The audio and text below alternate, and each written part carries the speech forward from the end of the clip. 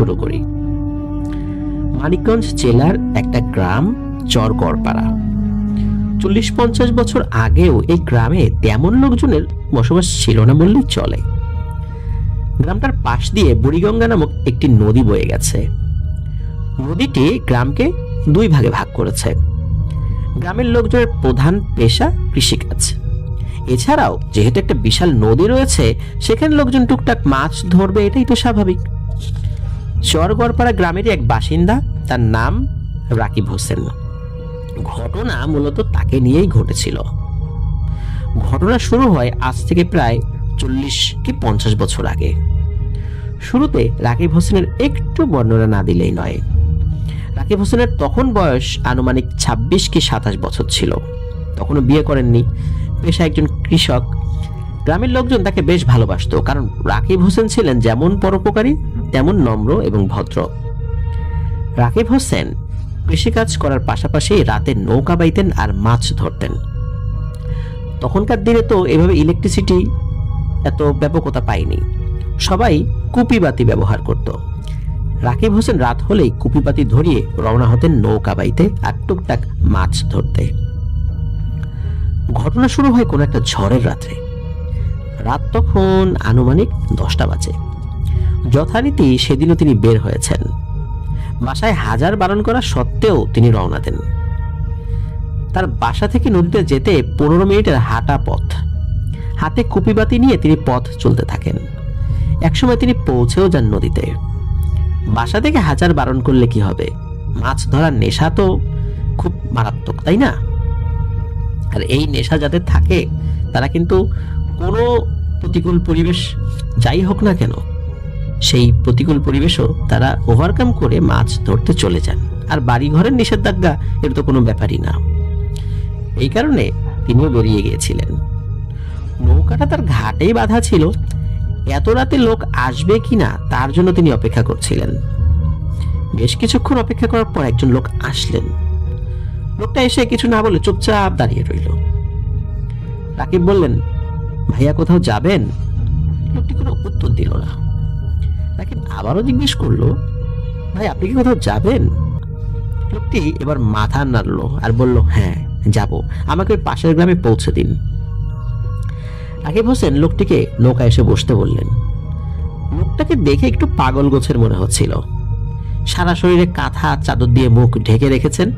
লোকটি কোনো কথা বলছিল না। রাকিব আস্তে আস্তে নৌকা বাইতে লাগলেন। কিছু দূর যাওয়ার পর রাকিব অনুভব করলেন নৌকাটি কেমন যেন ভারী ভারী হয়ে যাচ্ছে। তবুও রাকিব সেদিকে খেয়াল না করে নিজের মতো করে নৌকা বাইতে লাগলেন। নৌকা যখন মাঝ নদীতে, তখন রাকিব লোকটাকে জিজ্ঞেস করলেন, আচ্ছা ভাই আপনি কোথা থেকে এসেছেন? লোকটা কোনো জবাব দিল না। এভাবে রাকিব বেশ কয়েকবার জিজ্ঞেস করলেন, কিন্তু কোনো উত্তর না দেয় তাকে হাত দিয়ে একটু ধাক্কা দিতে গেলেন। যখনই তিনি লোকটার শরীরে হাত দিয়েছেন, তখনই দেখেন আরে এখানে তো কেউ নেই, শুধু লোকটার পরনের কাঁথা চাদর পড়ে গেল। কিন্তু একটু আগেই এটার মধ্যেই একটা অবয়ব যে বসেছিল সেটা কিন্তু রাকিব বুঝতে পেরেছিল। কিন্তু ধাক্কা দেওয়ার সময় হঠাৎ করে মনে হলো ওই কাঁথা চাদরের ভেতরে ওই অবয়বটি বাতাসে মিলিয়ে গেল। এটা দেখে রাকিব খুব ভয় পেয়ে যান। তাড়াতাড়ি করে নৌকা চালিয়ে পাড়ে নিয়ে যেতে থাকেন। হঠাৎ করে নৌকার নিচ থেকে পানি উঠতে থাকে। রাকিব দেখে নৌকায় অনেকগুলো ফুটো হয়ে গেছে। কিছুক্ষণের মধ্যেই নৌকা ডুবে যায়। রাকিব গ্রামের ছেলে, সাঁতার তার ছোটবেলা থেকে জানা ছিল। আর আল্লাহর রহমতে সাঁতার জানার কারণে দ্রুত তিনি সাঁতার কাটতে থাকেন। কিন্তু কিছু একটা তার পা পেঁচিয়ে ধরে এক টানে পানির নিচে নিয়ে যায়। রাকিব পানির নিচে দেখতে পান সাদা একটা অবয়ব। তার পুরো শরীর আলোতে চিকচিক করছে। শরীরে অসংখ্য সাদা সাদা লোম। অবয়বটা রাকিবকে পানির উপরে উঠিয়ে আবারও টান দিয়ে পানির নিচে নিয়ে যায়। রাকিব দূর থেকে দেখতে পান একটা নৌকা তার দিকেই আসছে। বিশেষ করে যখন পানির উপরে নিয়েছে তাকে, আবার যখন টান দিয়ে নিচে নিয়েছে, যখন উপরে রাকিব ছিল ওই অল্প সময়ের ব্যবধানে রাকিব এই নৌকাটি দেখতে পেয়েছিলেন। এরপর রাকিবের আর কিছু মনে নেই। সকালে যখন জ্ঞান ফেরে তখন সে দেখে পাশের গ্রামের একটা লোকের বাড়িতে, লোকটার নাম মোহাম্মদ হাসান আলী। তিনি রাকিবকে বলেন রাতে নাকি তিনি পানিতে হাত পা ছুঁড়ে ডুবে যাচ্ছিলেন। তিনি সেটা দেখতে পেয়ে রাকিবকে তার নৌকায় তুলে এনেছেন। রাকিব কিছুই বুঝতে পারছিলেন না তার সাথে কিভাবে কি হয়ে গেল। দুপুরের দিকে রাকিব বাড়িতে ফেরত আসেন। একটা হুজুর দেখিয়ে পানি পড়া খান। কিছুদিনের মধ্যে তিনি সুস্থ হয়ে যান আল্লাহর রহমতে। ঘটনাটি এখানে শেষ হলে পারত, কিন্তু রাকিবের জীবনে একের পর এক ঘটনা ঘটতে থাকে। একদিন তিনি রাতের বেলা খাওয়া শেষ করে বাইরে বের হন হাঁটার জন্য। হাঁটছিলেন আর গুনগুন করে নিজের মনে গান গাইছিলেন। কিন্তু হঠাৎ করে দেখেন বড় একটা পাথরের পিণ্ড রাস্তার পাশে পড়ে আছে আর জ্বলজ্বল করছে। তিনি কাছে গিয়ে দেখেন একটা বড় পিতলের কলস, আর তার ভেতর থেকে একটা ছোট বাচ্চা খিলখিল করে হাসছে।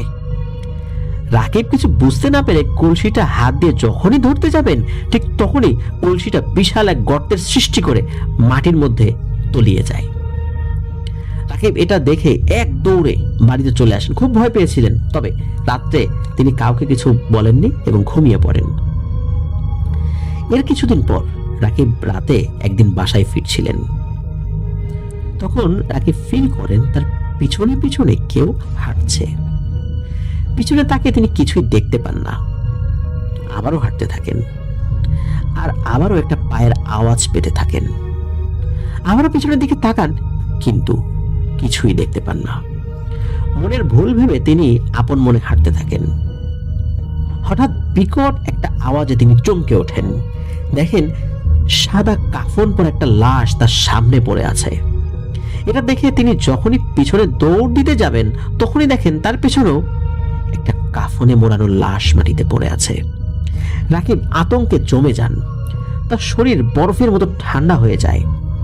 তিনি দেখতে পান লাশ দুটো কাফনের কাপড়গুলো চিবিয়ে চিবিয়ে খাচ্ছে আর তাদের মুখ থেকে গলগল করে রক্ত পড়ছে।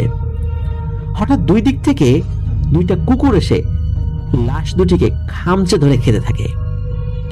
এসব দেখে রাকিব কিছুতেই আর নিজেকে ধরে রাখতে পারছিলেন না। কি হচ্ছে কি তার সাথে?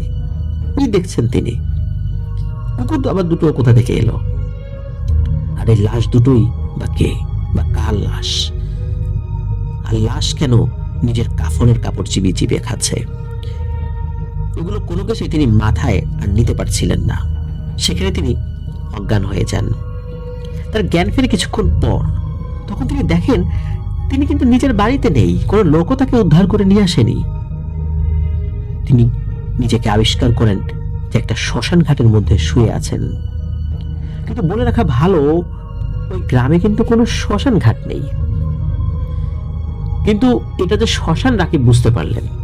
রাকিব মাথায় হাত দিয়ে বসে থাকেন। তার মাথায় প্রচন্ড যন্ত্রণা হচ্ছিল। চারদিকে তাকিয়ে দেখেন কিছু লোক শ্মশানে একটা ডেড বডি পোড়াচ্ছে। রাকিব দ্রুত দৌড়ে তাদের দিকে যান, কিন্তু কিছু দূর এগোতেই দেখেন কোথাও কেউ নেই। তিনি থমকে দাঁড়িয়ে যান। তার চোখ দিয়ে কান্না চলে আসে। তিনি শুনতে পান কেউ যেন তার কানে ফিসফিস করে বলছে, যাবি আমার সাথে? আয়, আমার সাথে আয়। রাকিব কানের মধ্যে দুই হাত চেপে ধরে মাটিতে বসে পড়েন। সাহায্য চাইতে থাকেন, কিন্তু আশেপাশে কোনো লোক ছিল না। জায়গাটা চেনা না থাকায় তিনি একদিকে দৌড়াতে শুরু করলেন। দৌড়াতে দৌড়াতে তিনি একটা ফাঁকা মাঠ বা চকের মধ্যে এসে পড়েন। দেখতে পান চকের মধ্যে একটা বাড়িতে কুপিবাতি জ্বলছে। ওই সময়ও রাকিবের কানে কিন্তু সেই ফিসফিসানি শব্দ, যাবি আমার সাথে? আয়, আমার সাথে আয়। কিন্তু এদিকে পাত্তা না দিয়ে ওই বাড়িতে তিনি সাহায্যের আশায় ঢুকে পড়েন।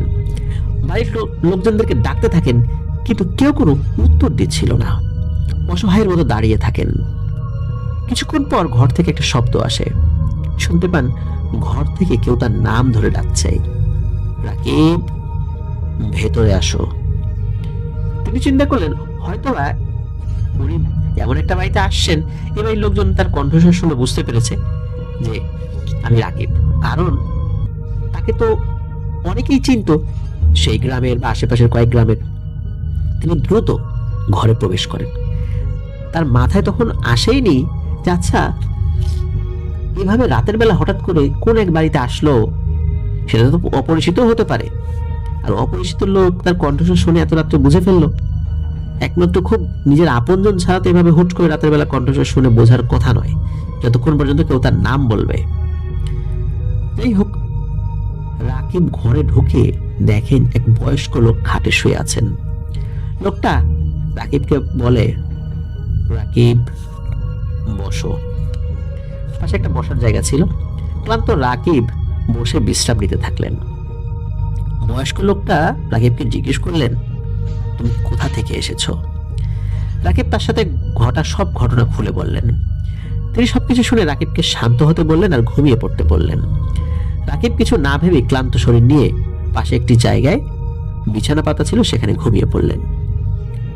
তার ঘুম ভাঙলো একটা কোংড়ানোর আওয়াজে। তিনি অনুভব করলেন একটা ঠান্ডা হাত তার বুকের উপর পড়ে আছে, আর সেই বয়স্ক লোকটা তার দিকে রক্ত লাল চোখে তাকিয়ে আছে। রাকিব কিছু বুঝে ওঠার আগে বয়স্ক লোকটা তার মাথায় সজোরে আঘাত করে। রাকিব অজ্ঞান হয়ে যায়। তার জ্ঞান ফেরে একটা শূন্য মাঠের মধ্যে।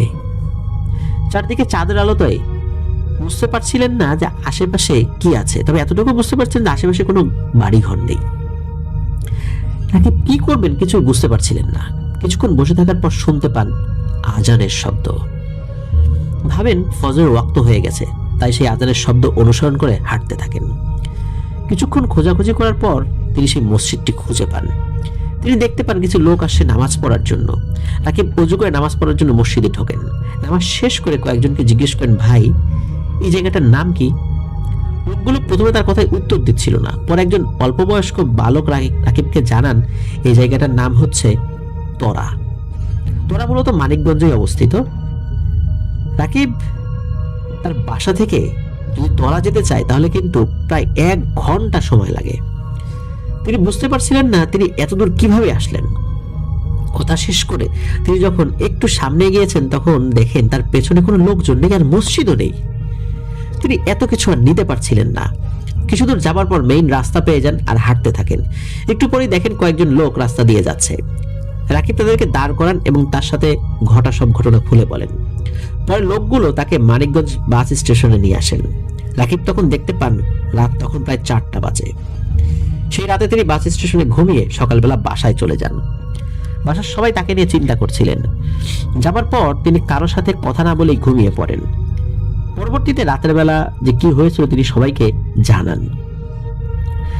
পরে পরিবারের লোকজন তাকে একটা বড় কবিরাজের কাছে নিয়ে যান। কবিরাজ তাকে দেখে বলেন, এই রাকিবের পেছনে খুবই ভয়ানক আর শক্তিশালী একটা জিন পড়ে আছে। এই জিন তাকে ছাড়বে না। তিনি আরো বলেন, সেই দিন নদী পার করার সময় যে ঘটনাটি ঘটেছিল তা মূলত এই জিনেই করেছে। এই জিন রাকিবকে মেরে ফেলতে চায়। কবিরাজ রাকিব সাহেবের চিকিৎসা করতে পারবেন না বলে তাদের চলে যেতে বলেন। রাকিব 6 দিন খুবই অসুস্থ থাকেন। বিছানা থেকে উঠতে পারেন না। খাওয়া দাওয়া বন্ধ করে দেন। হুজুরের কাছ থেকে পানি পড়া খাইয়ে সেই যাত্রায় তাকে কোনো মতে আল্লাহর রহমতে সুস্থ করা হয়। একটু সুস্থ হওয়ার পর তিনি আবার স্বাভাবিকভাবে দিন কাটাতে থাকেন। এভাবে কেটে যায় বেশ কয়েকটা মাস। রাকিব তখন এসব ঘটনা বেশ ভুলেই গেছেন বলতে হবে। একদিন রাতে রাকিব খাওয়া দাওয়ার পর ঘুমানোর জন্য প্রস্তুতি নেন। রাত তখন আনুমানিক 10টা কি 11টা হবে। কিছুক্ষণের মধ্যেই তিনি গভীর ঘুমে ঢলে পড়েন। তার ঘুম ভাঙে একটা কান্নার আওয়াজে। চোখ খুলে তিনি দেখতে পান তার মুখের উপর একটা সাদা শাড়ির আঁচল কে যেন উপর থেকে তার মুখের উপর ঝুলিয়ে রেখেছে। তিনি প্রথমে কিছু বুঝতে পারেন না। চোখটা একটু কচলিয়ে ভালো করে লক্ষ্য করে দেখেন তার মুখ বরাবর ঠিক উপরে একটা বৃদ্ধা মহিলা তার দিকে তাকিয়ে আছে। বৃদ্ধা মহিলাটা হাওয়ায় ভেসেছিল আর তার দিকে এক দৃষ্টিতে তাকিয়েছিল। রাকিব হাজার চেষ্টা করেও হাত মুখ নাড়াতে পারছিলেন না। মুখ দিয়ে কথাও বের হচ্ছিল না। পাশের রুমের কাউকে ডাকতেও পারছিলেন না। মহিলাটি রাকিবকে বলছিল, আয় যাবি আমার সাথে, চল তোকে নিয়ে যাই। রাকিব ছটফট করতে থাকেন। কিছুক্ষণ পর তিনি দেখেন মহিলাটি নেই। তিনিও স্বাভাবিক হয়ে গেছেন। সেদিন রাত্রে রাকিব আর ঘুমাতে পারেন না। কিছুদিন পর পরই তার সাথে একই ঘটনা ঘটতে থাকে। আস্তে আস্তে রাকিব উন্মাদের মতো হয়ে যান। নিজের জীবন তার কাছে জাহান্নামের মতো মনে হতে থাকে। এরপরে ঘটে আরেক ঘটনা। একদিন রাকিবের বাবা বারান্দায় বসেছিলেন আর তার মা রান্না করছিলেন। রাকিবের বাবা দেখেন রাকিব বাইরে থেকে এসে তার ঘরে ঢুকলো। রাকিব সাহেবের মা তাকে দুপুরের খাবার খাওয়ার জন্য ডাকলেন, কিন্তু তিনি কোনো উত্তর দিলেন না। বেশ কয়েকবার ডাকাডাকির পর রাকিবের মা তার ঘরে ঢোকেন। তিনি ঘরে ঢুকে দেখতে পান ঘরে কেউ নেই, আর বিছানায় বসে আছে একটা কুচকুচে কালো বিড়াল। রাকিব সাহেবের মা তার বাবাকে ডাকেন। রাকিব সাহেবের বাবা এসে দেখে চমকে যান। তিনি কিন্তু একটু আগেই স্পষ্ট রাকিবকে দেখেছেন তার ঘরে ঢুকতে। রাকিবের বাবা একটা লাঠি নিয়ে বিড়ালকে যখনই আঘাত করতে যাবেন, ঠিক তখনই বিড়ালটা মানুষের মতো একটা বিশ্রী হাসি দিয়ে এক লাফ দিয়ে জানালার ভেতর দিয়ে বাইরে চলে যায়। তারপর একটা গাছে উঠে পড়ে। আশেপাশে অনেক লোক জড়ো হয়ে যায়, কিন্তু কেউই আর বিড়ালটাকে দেখতে পায় না। কারণ রাকিবের মা বাবা চিৎকার চেঁচামেচি শুরু করেছিল, এই কারণে আশেপাশের প্রতিবেশীরা জড়ো হয়েছিল। কিছুক্ষণ পর রাকিব বাসায় আসেন। সবাই তাকে জিজ্ঞেস করেন তিনি একটু আগে বাসায় এসেছিলেন কিনা, কিন্তু তিনি বলেন কাজ শেষ করে তো তিনি মাত্রই বাসায় আসলেন। এরপর তার বাবা তাকে পুরো ঘটনাটি খুলে বললেন। তিনি এসব কিছু আর সহ্য করতে পারছিলেন না, কারণ এখন তার পরিবারের সাথেও অদ্ভুত অদ্ভুত ঘটনা ঘটছে। রাকিব সেবার আলুর চাষ করেছিলেন। আলুগুলো তোলার সময় হয়ে এসেছে। তার পাশের জমিতে আলু চাষ করেছিল তারই এক প্রতিবেশী তাহমিদ মিয়া। তারা একই সময় চাষ শুরু করেন। একদিন রাকিব তাহমিদ মিয়াকে বললেন যে আলুগুলো উঠানোর সময় হয়ে এসেছে, এখন আলু বাজারে বিক্রি করা যাবে। তারা ঠিক করেন সেদিন ভোর রাতে আলু উঠানো শুরু করবেন, কারণ সকালবেলা সেগুলো হাটে নিয়ে যেতে হবে। এই তাহমিদ মিয়া তিনি বলেন তিনি তাকে ডাক দিয়ে নিয়ে যাবেন, রাকিব যেন প্রস্তুত থাকেন। রাকিব সেদিন রাতে সবকিছু প্রস্তুত করে ঘুমিয়ে যান। একটা সময় তার ঘুম ভাঙে। তিনি মনে মনে ভাবেন হয়তো ভোর রাত হয়ে গেছে, কিন্তু তাহমিদ মিয়া তো এখনো তাকে ডাক দিল না, হয়তো ঘুম থেকে সে উঠতে পারেনি। রাকিব একাই বের হন আলু তোলার জন্য। খেতে গিয়ে তিনি দেখেন তার আগে থেকেই তাহমিদ মিয়া আলু তোলা শুরু করে দিয়েছে। রাকিব মনে মনে রাগান্বিত হয়ে তাকে বলেন, দুজনের তো একসাথে আসার কথা ছিল, আর তুমি আমাকে ডাক দিলে না কেন? এসব শুনে তাহমিদ মিয়া হাসতে থাকেন। রাকিব নিজের রাগ প্রশমিত করে তিনিও আলু তুলতে থাকেন। বেশ কিছুক্ষণ তোলার পর দেখেন তাহমিদ মিয়া অনেক দ্রুত আলু তুলছে। এত দ্রুত কাজ কোনো মানুষের পক্ষে করা সম্ভব নয়। রাগে রাগে রাকিবও তাড়াতাড়ি তোলা শুরু করেন, কিন্তু তিনি দেখেন তাহমিদ মিয়ার আলু তোলা প্রায় শেষ। তিনি সেদিকে না তাকিয়ে আলু তুলতে থাকেন, কিন্তু হঠাৎ তিনি শুনতে পান তাহমিদ মিয়া তাকে পেছন থেকে ডাকছে। তিনি দেখে আতঙ্কিত হয়ে যান। তাহমিদ মিয়া বলেন, তুমি এরকম কাজ করবে সেটা আমি ভাবিনি। আমাকে বললে ডাক দেওয়ার জন্য, আমি ঘুম থেকে উঠে তোমাদের বাড়িতে গিয়ে দেখি তুমি নেই। পরে চলে এলাম খেতে, আর তুমি আগে থেকে এসেই আলু তুলতে শুরু করে দিয়েছ। রাকিব তখন যেন আকাশ থেকে পড়লেন। তিনি বললেন, আমি ভেবেছি ভোর রাত হয়ে গেছে আর তুমি মনে হয় ঘুম থেকে উঠতে পারোনি, তাই একাই চলে এসেছি। এসে দেখি তুমি আমার আগে এসে আলু তুলছো। তোমাকে জিজ্ঞেস করায় তুমি উত্তর না দিয়ে হাসলে। কিছুক্ষণ পর রাকিব সব বুঝতে পারে যে আমার সামনে যেটা দাঁড়িয়ে আছে সেটা আসলে মানুষ না। রাকিব যেই ব্যাপারগুলোতে ভয় পেয়েছে এখন পর্যন্ত, বিশেষ করে যে দুষ্ট জিনটা তাকে ভয় দেখাতো, হয়তো এটাই সেই জিন। রাকিব সাথে সাথে চিন্তা করতে থাকে এবং দোয়া পড়তে থাকে। এই যে যে ঘটনাগুলো, এইভাবে বিভিন্ন ধরনের ঘটনা রাকিবের সাথে প্রতিনিয়ত ঘটে চলছিল। দোয়া পড়ার পর কিন্তু ওই তাহমিদ মিয়া রূপী অবয়বটা চলে গিয়েছিল, অদৃশ্য হয়ে গিয়েছিল। পরে তো তাহমিদ মিয়ার কাছে যখন জিজ্ঞেস করে, তাহমিদ মিয়া বলে যে না তো, সে বাড়িতেই ছিল। আর রাকিব মূলত যে সময়টাতে গিয়েছিল তখনও অনেক রাত ছিল। তাহমিদ মিয়া তার বাড়িতে গিয়েছিল, কিন্তু গিয়ে রাকিবকে পায়নি। পরে খেতে এসে দেখে যে রাকিব অজ্ঞান অবস্থায় পড়ে আছে। পরবর্তীতে এই ঘটনা সবাই জানতে পারে। এভাবেই বিভিন্ন ঘটনা, ছোটখাটো বিভিন্ন ঘটনা রাকিবের সাথে ঘটে চলছে। রাকিব যখন ঘুমাতেন তখন তার বাবা মা দেখতে পেতেন তার পাশে বট গাছের মতো বিশাল আকৃতির কিছু একটা দাঁড়িয়ে আছে, কিন্তু সে রাকিবকে কখনো ক্ষতি করতো না।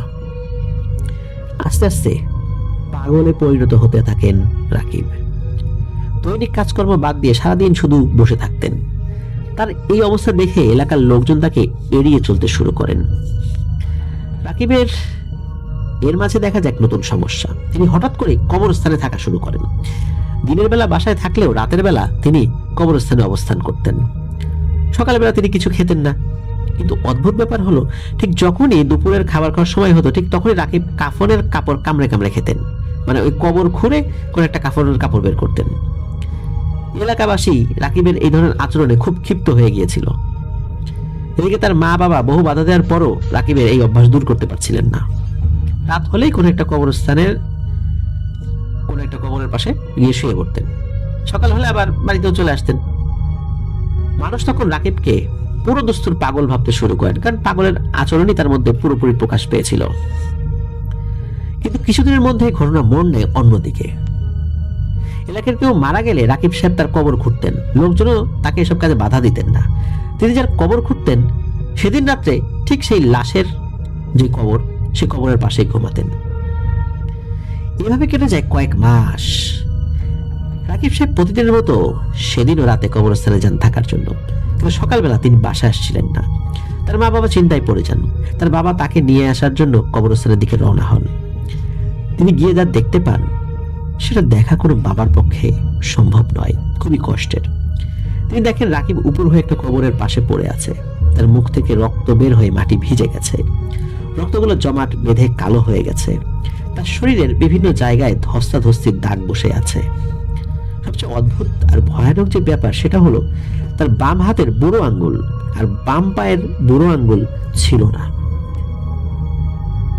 কেন ছিল না? কেউ কি নিয়ে গেছে?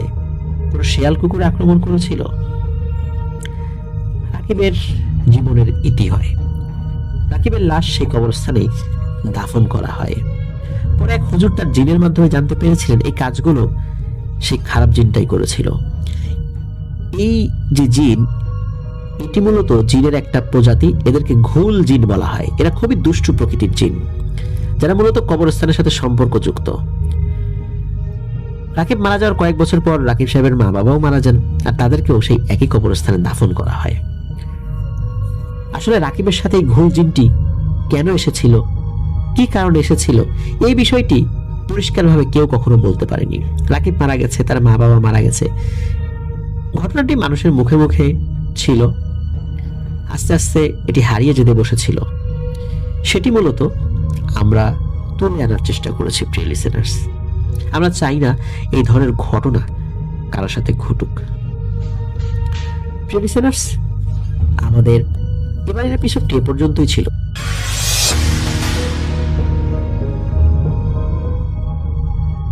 চলুন এবার চলে যাই পরের ঘটনায়। এই ঘটনাটি ঘটেছিল নিজাম ভাইয়ের সাথে, যার সেচ পাম্প রয়েছে। আমরা শুরুতে বলেছি নিজাম ভাইয়ের একটি ঘটনা রয়েছে, তো নিজাম ভাইয়ের ঘটনাটি আমরা বলে শেষ করি।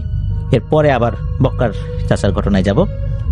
তবে নিজাম ভাইয়ের সাথে ঘটনাটি ঘটলেও ঘটনাটি কিন্তু আবার বলেছেন বক্কার চাচা। সেই হিসাবে এই এপিসোডের সবগুলো ঘটনাই বক্কার চাচা বলেছেন আর কি।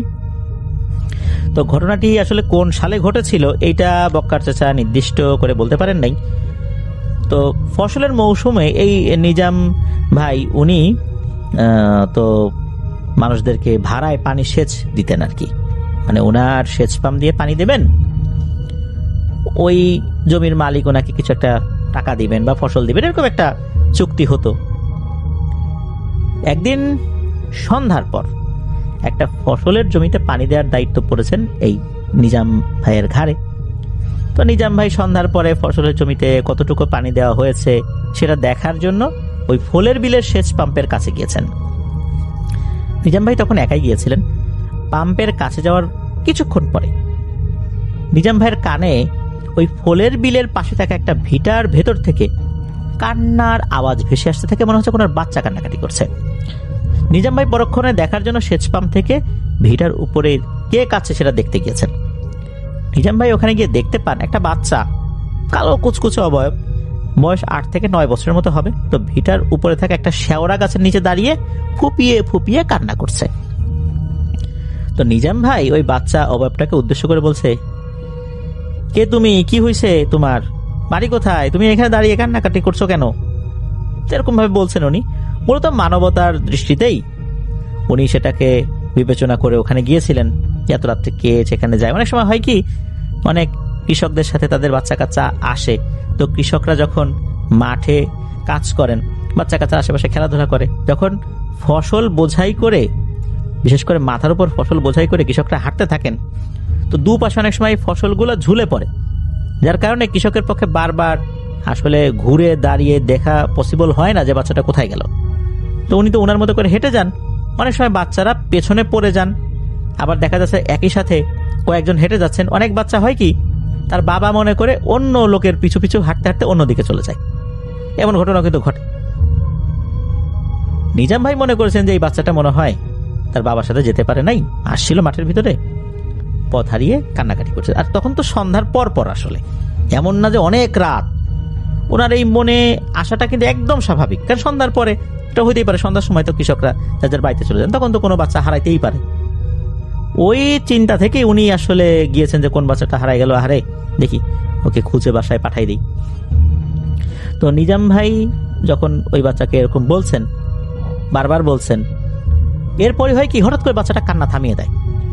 কান্না থামানোর পর হয় কি, এই যে বাচ্চাটা যেখানে দাঁড়িয়ে কান্নাকাটি করছিল একটা লাফ দেয়, এক লাফে শেওড়া গাছের উপরে উঠে যায়।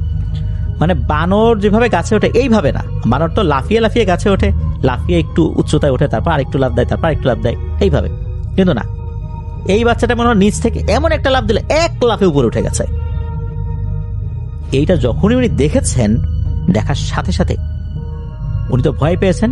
উনি দেখেন ওই বাচ্চাটা উপরে উঠে খিলখিল করে বিশ্রী ভাবে হেসে দিয়েছে, এমন বিশ্রী হাসি।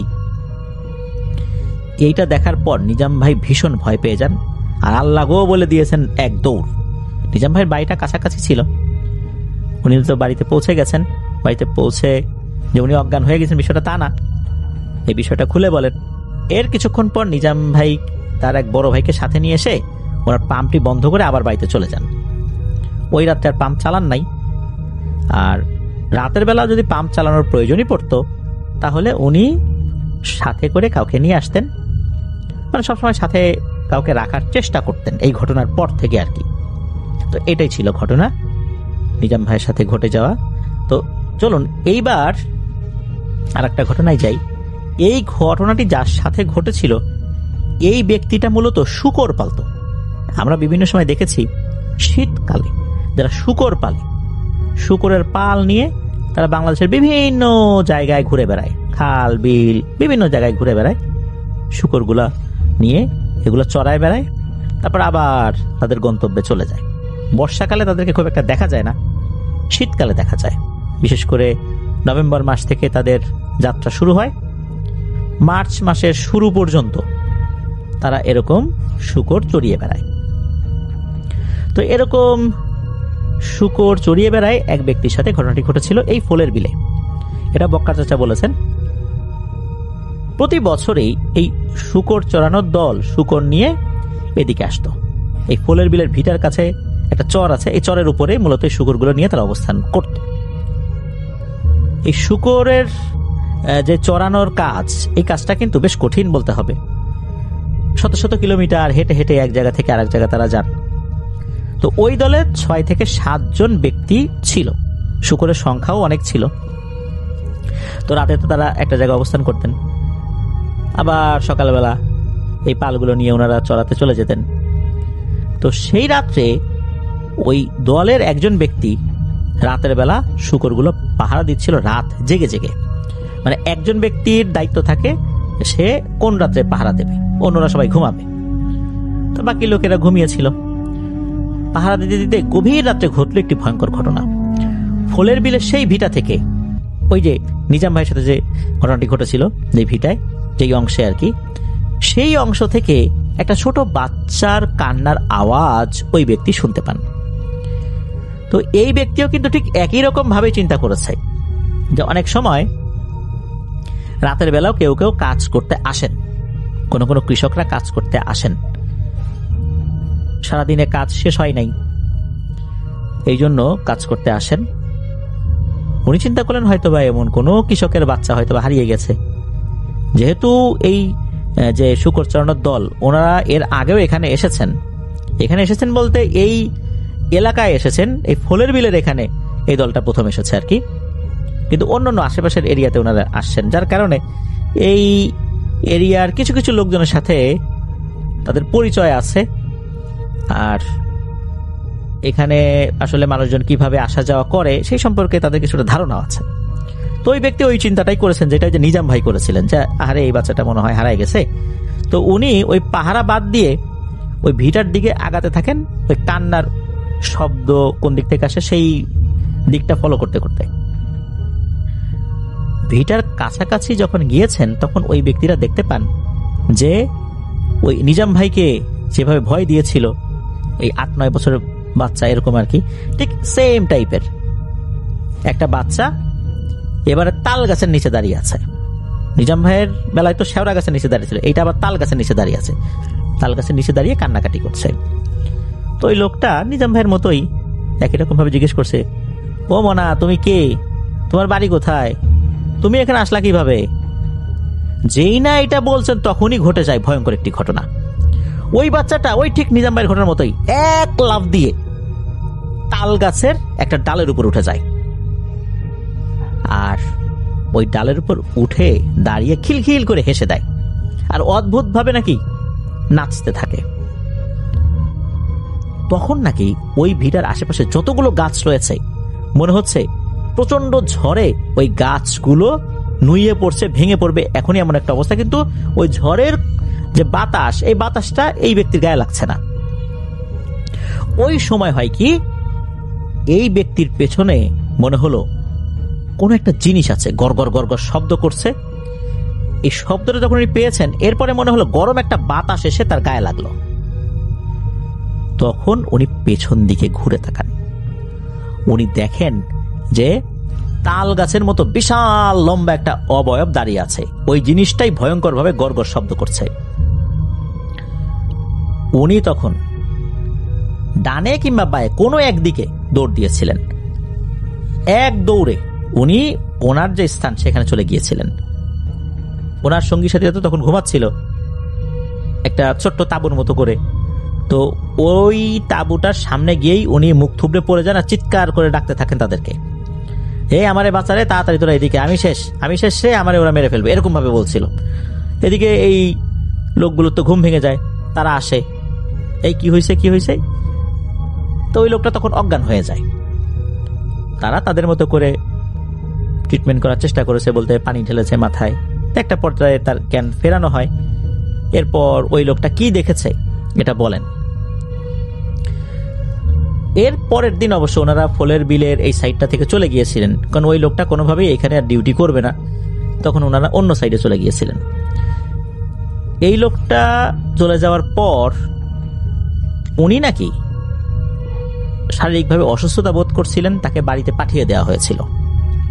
তো এরপর থেকে কিন্তু এই ফলের বিলের আশেপাশে যারা ছিলেন তারা কিন্তু জানতে পারেন নাই যে ওই লোকটার সাথে আসলে কি হয়েছিল, কারণ ওনারা তো আসলে এক জায়গায় থাকেন না, ওই সময় জানতে পারেন নাই।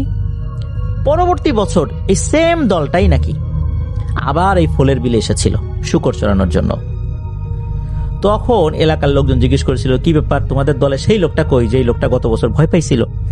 তখন ওই দলে থাকা ব্যক্তিরা জানান একটা দুঃখজনক খবর, সেটা হচ্ছে যখন ওই রাত্রে ভয় পায়, মানে গত বছরের ওই রাত্রে ভয় পায়, ভয় পাবার পর সে বাড়িতে চলে যায়, তাকে বাড়িতে পাঠিয়ে দেওয়া হয়, সে কোনোভাবেই আর ডিউটি করতে পারছিল না। বাড়িতে যাবার সপ্তাহখানেকের মধ্যে সে মারা যায়।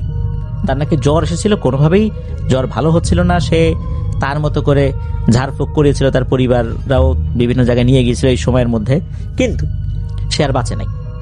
আর তার নাকি প্রচন্ড পেটে ব্যথা হয়েছিল, একে তো জ্বর, তারপর পেটে ব্যথা, এভাবেই উনি মারা গিয়েছিলেন। এই লোকটার ঘটনা শুধু বক্কার চাচা না, ওই এলাকার অনেকেই নাকি জানেন যে এই শুকরপালা এই ব্যক্তির সাথে কি ঘটনা হয়েছিল আর কি।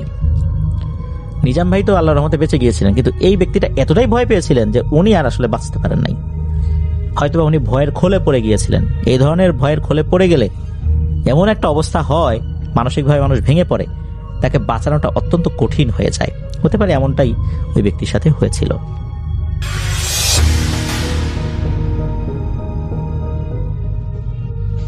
আমি চলে যাচ্ছি সুমাইয়ার ঘটনায়। সুমাইয়ারা থাকে নিউ ইয়র্কের জ্যামাইকায় কোনো একটা বাড়িতে, এবং সেই বাড়িটার একেবারে টপ ফ্লোরে তারা থাকে, এবং টপ ফ্লোরের ওপরে যে ছাদের অংশটা সেটাও তাদের বাসার লিভিং রুম দিয়ে যাওয়ার জায়গা। বাসার কাছাকাছি একটা মসজিদ আছে, এবং যেহেতু এটা তাদের এলাকা, যেহেতু এটা বিদেশে, সেখানে সব সময় জোরে আজান দেওয়া যায় না। তবে তাদের এলাকায় নাকি সুমাইয়ারা যেখানে থাকে তার কাছের যে মসজিদ, সেখানে নাকি মাগরিবের আজানটা অপেক্ষাকৃত জোরে দেওয়া হয়। তো সুমাইয়ার আম্মা এই আজান শুনতে নাকি তিনি ছাদে উঠে যান সব সময়, এবং তাকে যখন বলতো, সুমাইয়ারা বলতো যে আম্মা এরকম উঠো না, এরকম মাগরিবের সময় কেন উঠতেছে ছাদের উপরে, তিনি নাকি বলতেন আমার কিচ্ছু হবে না। তো যাই হোক, একদিন সুমাইয়ার আম্মু ঠিক আসরের অনেকক্ষণ পরে, মানে মাগরিবের বেশ কিছুক্ষণ আগে তিনি ছাদে উঠেছেন।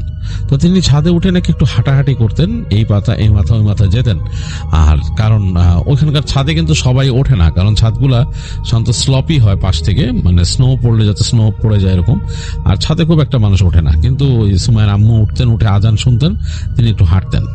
তো একদিন তিনি উঠছেন এরকম, ঠিক দেখা যাচ্ছে আসরের বেশ খানিকক্ষণ পর, মাগরিবের খানিকক্ষণ আগে। তো তিনি উঠে গেছেন। তো সুমাইয়া ছিল বাসায়, সে তার মতো কাজকর্ম করতেছে, এবং একসময় সে দেখলো যে মাগরিবের আজান হয়ে গেছে। তিনি আম্মু নামছে কিনা সে আর খেয়াল করে নেই, সে তার মতো এটা ওটা করতেছে। ঘরের অন্ধকার হয়ে গেছে, বাইরে বাতি জেলে দিল, ঘরে লাইট জেলে দিয়ে সে তার মতো আছে। তো অনেকক্ষণ পরে দেখেছে কি রে, আম্মুর কোনো খবর নাই। এদিক ওদিক তাকালো, সে দেখে যে তার মা নাই। তো সে চিন্তা করে সে গেল লিভিং রুমে, দেখলো যে ছাদের যেই ওঠার সিঁড়িটা ওটা টেনে নামানো, মানে ওটাকে আর ওঠায় নেই, তসমিন তার আম্মু নামে নাই। তো সুমাইয়া একটু মানে টেনশনে পড়লো যে ঘটনাটা কি। সে আস্তে আস্তে সিঁড়িতে উঠে গেল উপরে ছাদে। তো উঠে যখন ছাদে সে মাথা বের করছে, দেখতেছে বাইরে তো অন্ধকার, চারিদিকে মানে বাতি জ্বলে উঠছে, রাস্তার লাইট জ্বলে উঠছে, চারিদিকে অন্ধকার। সে দেখতেছে, সুমাইয়া মাথা বের করে দেখতেছে তার আম্মু ছাদের এক পাশে দাঁড়ায় বাইরে তাকা আছে। মানে সে অবাক হয়ে গেল যে আম্মু এখানে দাঁড়া কি দেখে। তো সুমাইয়া ছাদে উঠে এসে বলল, আম্মু কি দেখতেছো, কি ব্যাপার, কি করতেছো তুমি এখানে? কোনো উত্তরই দিচ্ছে না তার আম্মু। তো সে খুব অবাক হলো যে আমি এত জোরে কথা বলতেছি, আম্মু শুনতেছে না। সে আবার বলল, আম্মু কি ব্যাপার, বলতে বলতে সে কাছে চলে গেল, গিয়ে তার মায়ের কাঁধের মধ্যে সে হাত রাখলো। রাখার পর দেখেছে তার মা আস্তে করে তার দিকে ঘুরলো, ঘুরে একটা হাসি দিল, মানে খুব ভাবলেশীন হাসি, মানে যে হাসির কোনো মানে হয় না, মানে যে হাসিটা আসলে মানে কোনো অ্যাকচুয়ালি অর্থ বহন করে না। তিনি একটা হাসি দিলেন, খুব আশ্চর্য। এরকম হাসি সুমাইয়া তার মার মুখে দেখেন না, এরকম এই ধরনের হাসি। তিনি হাসি দিয়ে কোনো কথা না বলে হাঁটা ধরলেন। সুমাইয়া খুব অবাক হয়ে গেল। তিনি সিঁড়ির দিকে হেঁটে যাচ্ছেন, সুমাইয়াও তার পিছে পিছে যাচ্ছেন, এবং তিনি নিচে নেমে গেলেন। সুমাইয়াও নামলেন, নেমে তার রুমে গিয়ে তিনি ধপ করে দরজাটা বন্ধ করে দিলেন, তার রুমের দরজা বন্ধ করে দিলেন। সুমাইয়া আস্তে করে সিঁড়িটাকে উঠাই দিল, উপর সিঁড়িটা উঠাই দেওয়া যায়, উঠাই দিয়ে সুমাইয়া চিন্তা করছে আম্মার কি হলো, ঘরে গেল কেন? তো সে ঘরের দরজার কাছে যে কয়েকবার ডাকতেছে, আম্মু আম্মু, কোনো উত্তর নাই, কোনো উত্তর নাই। তো সে চিন্তা করলো কিছুক্ষণ যে তার আম্মু কি রেস্ট রুমে গেছে নাকি, ফ্রেশ হতে গেছে নাকি। তো সে তার রুমে গেল, কিছুক্ষণ পর আসলো, সে দেখে তখনও তার আম্মু রুমের দরজা আটকানো। তো সে এসে আবার নক করে বলছে, আম্মু কি হয়েছে, তুমি ঠিক আছো, কি ব্যাপার, আম্মু দরজা খুলো। দেখতেছে যে তার আম্মু দরজা খুলতেছে না। সুমা অবাক হয়ে গেল, কি ব্যাপার। তো একটু পরে সে যখন নাকি দরজার কাছে আবার আম্মু বসে, ওই পাশ থেকে দেখলো যে খুব রাফ ভয়েসে, মানে অনেকটা মানে পুরুষালী ভয়েসে তার আম্মু এখান থেকে বলছে, যা এখান থেকে, এরকম করে তাকে বলতেছে, মানে খুব কঠিন ভাষায়। সুমাইয়ের বুকের মধ্যে একদম কেঁপে উঠছে এটা শুনে। সে ভয় পেয়ে গেছে যে এইভাবে তার আম্মু কথা বলছে মানে। তো সে আস্তে করে দরজাটা খুলছে, নব ঘুরে খুলে ফেলছে, খুলে দেখতেছে ঘর অন্ধকার, তার আম্মু জানালার কাছে বসা, আর বাইরের আলো আসতেছে, আকাশের আলো আসতেছে, সেখানে তার আম্মু হাসতেছে, এরকম হা করে খ্যাক খ্যাক খ্যাক খ্যাক করে হাসতেছে, আর তাকে উদ্ভট কি বলতেছে, এবং সেই ভাষা সুমাইয়া বুঝতে পারলো না, মানে অন্য একেবারে বিজাতীয় ভাষায় কি বলতেছে, মাথাটা নাড়ায় নাড়ায় হাসতে হাসতে কি বলতেছে, এবং তার চুলগুলো এলোমেলো।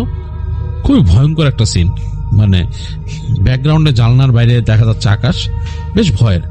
সুমাইয়া মানে ভয়ে মানে একদম মানে হয়ে গেল, সে মানে নিজের মাকে ভয় পাচ্ছে, এবং তার মা হাসতেছে আর কিছু বলতেছে। সুমাইয়া দ্রুত ভয়ে সে ফোন নিয়ে তার বাবাকে ডাকলো, তার ভাইকেও কল দিল। সে বললো যে বাসায় আসতে, তার মা কেমন করতেছে। তো তার আব্বা ওই গাড়ি নিয়ে বের হয়েছিল তখন কাজের থেকে, তো একটু আগে বেরিয়ে গেছে তার বাবা আসার জন্য এই ফোন পেয়ে। তো তার বাবা যখন নাকি তাদের বাসার কাছাকাছি চলে আসছে, যে ব্লকটা দিয়ে তার আব্বা ঢুকে, ওইটা একটা ওয়ান ওয়ে স্ট্রিট, ওখান দিয়ে ঢুকছে, ঢোকার পর নাকি হঠাৎ করে তার উইন্ডশিল্ডের মধ্যে দাম করে একটা ইট এসে পড়লো, মানে বেশ বড় টাইপের একটা ইট। তার গ্লাস, মানে উইন্ডশিল্ডের গ্লাস ফেটে গেছে, ওই পাশ থেকে একদম ক্র্যাক করে গেছে ইট এত জোরে, এবং তিনি ভয় পেয়ে গেলেন যে কে তাকে ইট মারলো।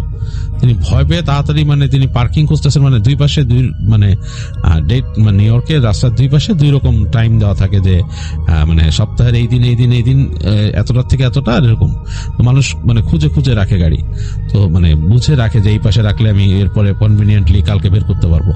তিনি ভয়ে একদম থতমত খেয়ে তিনি আর ওগুলা না দেখে তাড়াতাড়ি সামনে গিয়ে মোটামুটি গাড়িটা পার্ক করে তিনি উঠে বাসার দিকে দৌড় দিলেন, তার বাসাতে যাবেন। বাসার দিকে যখন আসতেছেন তখন তার ঠিক পিছনে, তার থেকে প্রায় 3-4 হাত দূরে আরেকটা ঠাস করে এরকম পড়লো। তো তিনি যা বুঝলেন যে এটা কোনো মাটির দলা হবে, শক্ত মাটির দলা, মানে টবের মাটি যেরকম থাকে, গাছের টবের মাটির দলার মতো এরকম, কেন মাটিতে ঠাস করে পড়ে টুকরা টুকরা ছিটকে চারিদিকে চলে গেছে। তিনি অবাক হলেন যে এইখানে নিউ ইয়র্কের মতো জায়গায়, নিউ ইয়র্ক শহরে তাকে এইভাবে মাটির দলাকে ছুড়ে মারবে গায়ে। দ্বিতীয়বার পড়লো, তিনি ভয়ে দ্রুত মানে দৌড় দিলেন, মানে তার একেবারে অ্যাপার্টমেন্টের দরজার দিকে। গেটের কাছে যখন আসছেন ঠিক তার পায়ের কাছে আরেকটা পড়লো। তিনি দ্রুত তাড়াতাড়ি ঘরে ঢুকে গেলেন। ঘরে ঢুকে তিনি সিঁড়ি দিয়ে উঠতেছেন, তার ভয় লাগতেছে, কেমন জানি তার কাছে ভয় লাগা শুরু করছে। সিঁড়িটাও মনে হচ্ছে কেমন জানি স্পুকি। তো যাই হোক, সুমাইয়ার আব্বু বাসায় আসলেন। বাসায় এসে দেখতেছেন যে সুমাইয়া তার মায়ের দরজা, মানে তার মায়ের বেডরুম থেকে একটু দূরে দাঁড়ায়, মানে তাকায় আছে ভয়ে। এবং তার আব্বা যখন আসছে, তার আব্বার কাছে চাবি ছিল, খুলে ঢুকছে। তো ভয়ে সে তাকাইছে, তাকায় দেখে যে বাবা ঢুকছে। তো বলছে যে আব্বু সমস্যা, দেখো আম্মু কেমন করতেছে। তো আসছে, এসে দেখতেছে তার বাবা শুদ্ধা, দেখে যে তার মা হাসতেছে তার বাবাকে দেখে, মাথা নাড়ায় নাড়ায়। তাকে, তার আব্বাকে বলছে ভয় পাইছিস বলে গালাগালি করতেছে, এবং তার কণ্ঠ অনেক অন্যরকম। তো তার বাবা খুবই হয়ে গেল। তো তিনি একটু মানে জিনিসটা নিয়ে ভয় পেল। তো সুমাইয়া তার বাবা দুজনে দোয়া পড়তেছে। দোয়া পড়তে পড়তে তার বাবা কাছে চলে গেল তার মায়ের, গিয়ে তাকে ধরে বসলো, এরকম হাত দিয়ে ধরলো, তার হাতের এখানে পড়ে দোয়া পড়তেছে তার আব্বা। তো অনেকক্ষণ দোয়া পড়ার পর দেখা গেল তার আম্মা আস্তে করে শুয়ে পড়লো, মানে বেহুশ হয়ে গেল আর কি, তার হুঁশ নাই, মনে হলো ঘুমায় গেছে। তো তার বাবা তখন সুমাইয়াকে বললো যে আমার তো মনে হয় যে উল্টা পাল্টা কিছু হয়েছে, ঘটনা কি? তো সুমাইয়া তার বাবাকে বললো যে এরকম এরকম ছাদে উঠছিল, তারপর এরকম এরকম নামাইছে, এই ঘটনা। তো তার বাবা বললো যে মনে হয় সমস্যা, কোনো কিছু একটা মানে বাতাস লাগছে বা ধরছে আর কি, সমস্যা, এটা দেখি কি করা যায়, কোনো করা লাগবে, মানে আর কি হুজুর আনা লাগবে, দেখি কি অবস্থা। তো সুমাইয়ার আব্বা তার আম্মাকে শোয়ায় রেখে তিনি যে শুয়ে থাকলেন, পাশে পাশে কাউচের মধ্যে তিনি যে শুইলেন, তার আম্মাকে শোয়া দরজা খোলা রাখছেন আর কি। তো অনেকক্ষণ তিনি শুয়ে আছেন, তার তন্ডা লেগে আসছিল চোখে সুমাইয়ার আব্বার। তো সে হঠাৎ করে তিনি যখন চোখ মেললেন, তিনি দেখতেছেন যে তার ছেলে তার সামনে দিয়ে যাচ্ছে। মনে হলো ছেলে তার সামনে দিয়ে গিয়ে মায়ের রুমে ঢুকতেছে। তো তিনি ডাক দিলেন ছেলেকে, নাম ধরে বললেন যে অমুক, এদিকে আসো। তো ডাকতেছে, দেখে যে ছেলে কোন উত্তর না দিয়ে ঢুকে গেল মায়ের রুমে। তো তিনি খুব অবাক হইলেন, কিরে আমি ডাক দিলাম, ও তাকাইলো না। তো তিনি উঠে বসলেন, উঠে তিনি আস্তে করে হেঁটে গেলেন রুমের দিকে, দেখলেন তার ছেলে ওখানে ঢুকছে নাকি। তো গিয়ে দেখতেছেন যে না, তার স্ত্রী ঘুমাচ্ছে, তার ছেলে নাই এখানে, সারা রুম খাখা করতেছে, মানে রুমের মধ্যে আর কেউ নাই। তিনি তাড়াতাড়ি গেলেন সুমাইয়ার রুমে এবং নক করলেন। তো সুমাইয়া বের হওয়ার পর জিজ্ঞেস করলো যে তোর ভাই কই? তো বলছে তো মনে হয় বাইরে, বাসা নেই। তো বলে আমি মাত্র দেখছি ওরাও নাই, মানে কি বলিস তুই? বলে কি হ্যাঁ। তো তাড়াতাড়ি তিনি ফোন করলেন ছেলেকে। তো ছেলে ফোন ধরলো, ধরে বললো যে সে একটা দূরে আছে, সে ম্যানহাটনের কাছে আছে, সে আসতে তো টাইম লাগবে অনেকক্ষণ। তো তিনি অবাক হয়ে গেলেন যে তিনি কি দেখলেন, তাইলে এটা খুবই আশ্চর্য ব্যাপার। তো তিনি পরদিন বললেন যে আজকে থাক, রাতের বেলা তার ছেলে আসছে, ছেলের সাথে আর এইসব আলাপ করেন নাই, তিনি দোয়া দুরুদ পড়ে রাতে ঘুমাইতে গেছেন। তো পরদিন তিনি ওখানকার ইসলামিক সোসাইটি থেকে একজন ইকে নিয়ে আসছেন, হুজুরকে, বললেন যে আমার বাসায় এরকম সমস্যা হয়েছে আমার স্ত্রীর, এবং ওনার ওয়াইফ নাকি ঘুমাইতেই ছিল, আর উঠে না, সকালবেলা আর উঠে না, জাস্ট হ্যাঁ হো বলে একটা উত্তর দেয়, তিনি ঘুমাই আসছেন। তো ইসলামিক সোসাইটির ইকে উনি রিকোয়েস্ট করে বাসায় নিয়ে আসছেন। তো তিনি এসে বললেন যে, তিনি এসে দেখলেন দূর থেকে, দেখে বললেন যে আপনার স্ত্রীর সম্ভবত মানে এটা কোনো পজেসড হয়েছেন তিনি, তো এটা ছাড়াইতে গেলে আমাকে রোগাইয়া করতে হবে। তো বললো ঠিক আছে, আপনি করেন রুকাইয়া। তো বলছে আমি আগে আপনার ড্রয়িং রুমে বসেই একটু করি, আমল করি। তো ড্রয়িং রুমে বসে উনি আমল শুরু করলেন। আমল করতে করতে বেশ খানিকক্ষণ উনি আমল করছেন। এই সময় মনে হলো তাদের ছাদের উপরে লাফালাফি শুরু হলো। মনে হলো যে মানে কেউ লাফাইতেছে, ধূপ ধূপ ধূপ ধূপ শব্দ করতেছে, হাসাহাসি করতেছে কতগুলা মানুষ। মানে খুবই আশ্চর্যজনক ব্যাপার, মানে বয়স্ক কম বয়সী মানুষ একসাথে হাসাহাসি করলে যেরকম সেরকম হচ্ছে তাদের ছাদের উপর। সুমাইয়া নিজেই শুনতেছে, বেশ ভয়ের একটা ব্যাপার। হ্যাঁ, এরকম একটা ব্যাপার।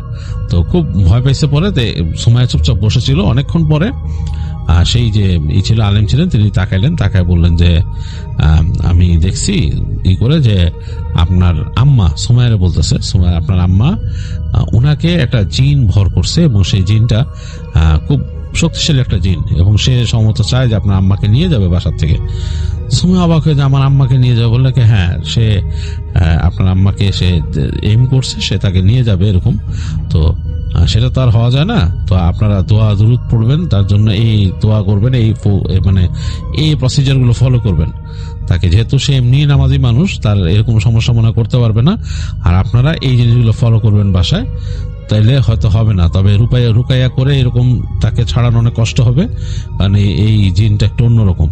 একটা কাজ করতে পারেন, আপনার আম্মাকে দেশে নিয়ে যেতে পারেন। দেশে নিলে কিন্তু এই আসরটা ছেড়ে যাবে, তার সাথে থাকতে পারবে না। ওই যখন সে প্লেনে উঠে চলে যাবে তখনই কিন্তু এটা ছেড়ে যাবে তাকে। তো শুনলো ইসের কাছ থেকে, সেই আলেমের কাছ থেকে তারা শুনলো। আলেম বললো যে আমি পরবর্তীতে আসবো, এসে একদিন উনি যখন একটু সুস্থ ফিল করবে ওনাকে রুকাইয়া করার চেষ্টা করবো, দেখি কি হয়। তো বলে উনি চলে গেলেন। তো ওই সময় কিন্তু চুপচাপ, কোনো শব্দ নাই, কিছু নাই। তো তারা সবাই একটু মানে অবাক হয়ে গেলেন, সুমাইয়া তার বাবা, যে কি ব্যাপার, ওনার আম্মাকে জেনে ধরছে এরকম। তো তারা রাতের বেলা সুমাইয়ার ভাই সহ আসছে, তো ওদের সাথে গল্প করতে করতেছে, লিভিং রুমে বসে তারা কথা বলতেছে এগুলো নিয়ে। হঠাৎ করে ছাদের উপরে এরকম শব্দ, ধুমধাম ধুমধাম, এবং তাদের যে সিঁড়ি, যে জায়গাটা, ওই জায়গার মধ্যে ধাক্কা দিয়ে কেউ নামাইতেছে, সিঁড়িটা ধাক্কা দিয়ে নামাইতেছে, কঠিন একটা অবস্থা। এদিকে সুমাইয়ার আম্মা রুমের ভেতরে কেমন একটা শব্দ শুরু করলো, চিৎকারের মতো। তো সবাই বেশ ভয় পেয়ে গেছে, এবং চিৎকারটা একদমই অন্যরকম। তো সুমাইয়ার আব্বাও থরথর করে কাঁপতেছেন, মানে খুব ভৌতিক একটা পরিবেশ সেখানে। সুমাইয়ার আব্বা তাড়াতাড়ি ওখান থেকে গিয়ে দোয়া পড়া শুরু করলেন রুমের ভেতরে। দোয়া পড়তে স্ত্রীকে চেষ্টা করলেন শান্ত করতে।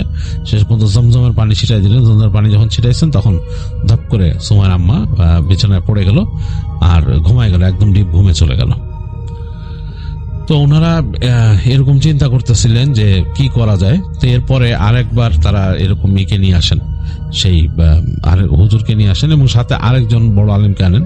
তো তিনি আলেম এসে তাদের বাড়িতে কিছু জিনিস দিয়ে বাড়িটাকে বন্ধ করে, তাদের ওই যেখানে তারা থাকে বাড়িটাকে বন্ধ করে, এবং তার আম্মার জন্য কিছু পানি পড়া দিয়ে যায়, বলে এটা খাওয়াইতে, এবং বাসার মধ্যে যদি জমজমের পানি থাকে সেটা সবসময় ছিটাইতে বলে। আর বলে যে ওনাকে একলা আনঅ্যাটেন্ডেন্ট রাখবেন না, ছাদে যেতে দিবেন না। হ্যাঁ, এই জিনটা খুব খারাপ। আর যদি পারেন তাহলে তাকে দেশে নিয়ে যান একবার, ওই প্লেনেই তখন আর যাবে না, তার সাথে ছেড়ে দিবে তাকে।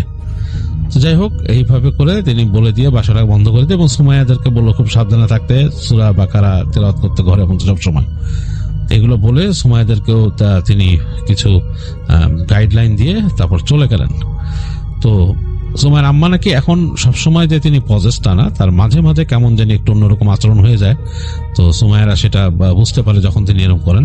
তো তখনই তার মাথার মধ্যে হালকা জমজমের পানি তারা দিয়ে দেন 2 ফোঁটা নিয়ে, এবং দোয়া পড়ে ফুদেন মাকে। তো মার আশেপাশেই থাকেন তারা বেশিরভাগ সময়, মাকে একলা খুব একটা এদিক ওদিক যেতে দেন না। তো এই প্রবলেমটা এখনো সুমাইয়ারা ফেস করতেছে, যেটা সুমাইয়া বলছে। এটা থেকে কিভাবে তারা মুক্তি পাবে সেটা সে জানে না, তবে চেষ্টা করবে কখনো দেশে আসার। দেশে আসলে সেই আলেম বলছেন যে দেশে আসলে তার সাথে আর এটা ট্রাভেল করবে না। আর এমনি সবসময় তারা মেনটেন করতেছেন যে এই প্রসিজার গুলা সেই আলেম দিয়ে গেছিলেন তাদের। তো এটা একটা খুবই ভয়ের এক্সপিরিয়েন্স।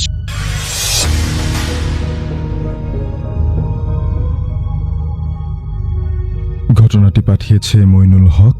তিনি যেভাবে লিখেছেন আমি ঠিক সেভাবেই পড়ে শোনাচ্ছি। আমার মা বাবার বিয়ের পর বাবার কিনে রাখা 1 খণ্ড জমিতে ঘর বানিয়ে থাকতে শুরু করলো।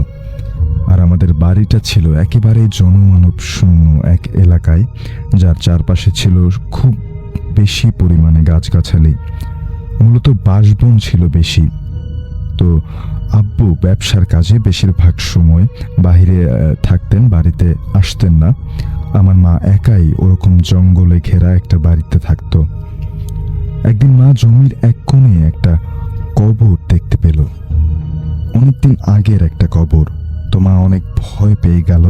আব্বুকে মা এই ব্যাপারে জিজ্ঞেস করাতে আব্বু বলল, ভয় পাওয়ার দরকার নেই, কবরের ওই লোকটা অনেক ভালো মানুষ ছিলেন, পরহেজগার একজন মানুষ ছিলেন তিনি। তো একদিন মা ওই কবরের পাশে গেলেন, গিয়ে কবরের চারপাশে খুব সুন্দর করে পরিষ্কার করে ফুলের গাছ লাগিয়ে দিলেন, যেন অসাবধানতাবশত কবরটা কোনোভাবে অবমাননা না করা হয়। সেদিন রাতে মা স্বপ্ন দেখলেন একজন সাদা লম্বা দাড়িওয়ালা জুব্বা পরা একজন লোক মাকে বলছে, মা তোমার ভয় নেই, সাহস রাখো, আল্লাহর রহমতে কোনো বিপদ তোমাকে স্পর্শ করতে পারবে না। এরপর থেকে মা কেমন যেন সাহস বেড়ে গেল। মা মাঝে মাঝেই বাড়ির পাশে পুকুরের পানির ওপর ওই লোকটাকে নামাজ পড়তে দেখতেন। অনেকদিন পর পর যখন আমার বড় ভাই জন্মায়, তো একদিন মা কাজ করছিল, হঠাৎ একজন লোক আসে, যিনি নতুন লুঙ্গি, নতুন জামা, নতুন গামছা গায়ে দিয়ে এসে আমার ভাইয়ের পাশে বসে। মা কিছুটা অবাক হয়, ওনাকে চিনতে পারে না, কিন্তু মা নানির কাছে শুনেছিলেন এরা এক প্রকার জিন যারা মানুষের বাচ্চাদের মেরে ফেলত। তো মা শুনেছিল, তো মা কোনো কিছু না ভেবেই ওই লোকটাকে আঘাত করতে শুরু করে এবং এক পর্যায়ে সে ঝাড়ু দিয়ে লোকটাকে মারে। 3 বার মারার পরেই লোকটার চোখ হঠাৎ রক্তের মতো লাল হয়ে যায়। মা সাহস হারায় না, মা মেরেই যায়। এক পর্যায়ে লোকটা নাকে কথা বলতে শুরু করে, বলে যে তোকে আর তোর ছেলেকে কেউ বাঁচাতে পারবে না, আমি আবার আসবো বলেই লোকটা বিড়াল হয়ে যায় এবং সে সেখান থেকে চলে যায়। বলে রাখা এই ঘটনা ঘটেছে দিনের বেলা, যদিও বাড়িতে এত গাছ যে ভর দুপুরকে মনে হচ্ছে একদম সন্ধ্যা।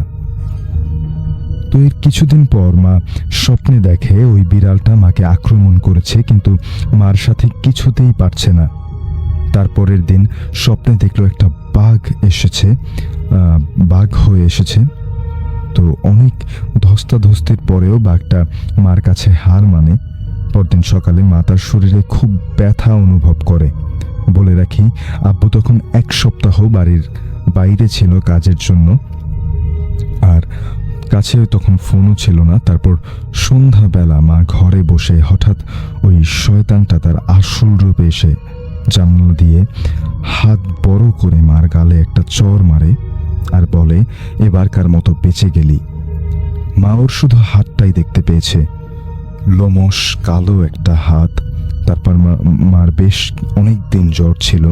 এরপর থেকে মার সাথে আর কোনো ঘটনা ঘটেনি, কিন্তু মাঝে মাঝে মা পাশের গাছ থেকে মাটি পড়ার শব্দ আরও অনেক কিছুর আভাস পেত। তখনই মা দোয়া দুরুদের সাথে শুধু একটা কথাই বলতো, তোর কাজ তুই কর আর আমার কাজ আমাকে করতে দে। এটা বলার পর সব কিছু ঠিকঠাক হয়ে যেত। জিন আমাদের সাথে পাশে থাকে, ওদের ক্ষতি বা ডিস্টার্ব না করলে ওরাও আমাদের কোনো ক্ষতি করবে না, এমনটাই মা বিশ্বাস করত। এবং সেই বিশ্বাসের জোরেই সেই বাসাতে তারা বহুকাল ধরে ছিলেন।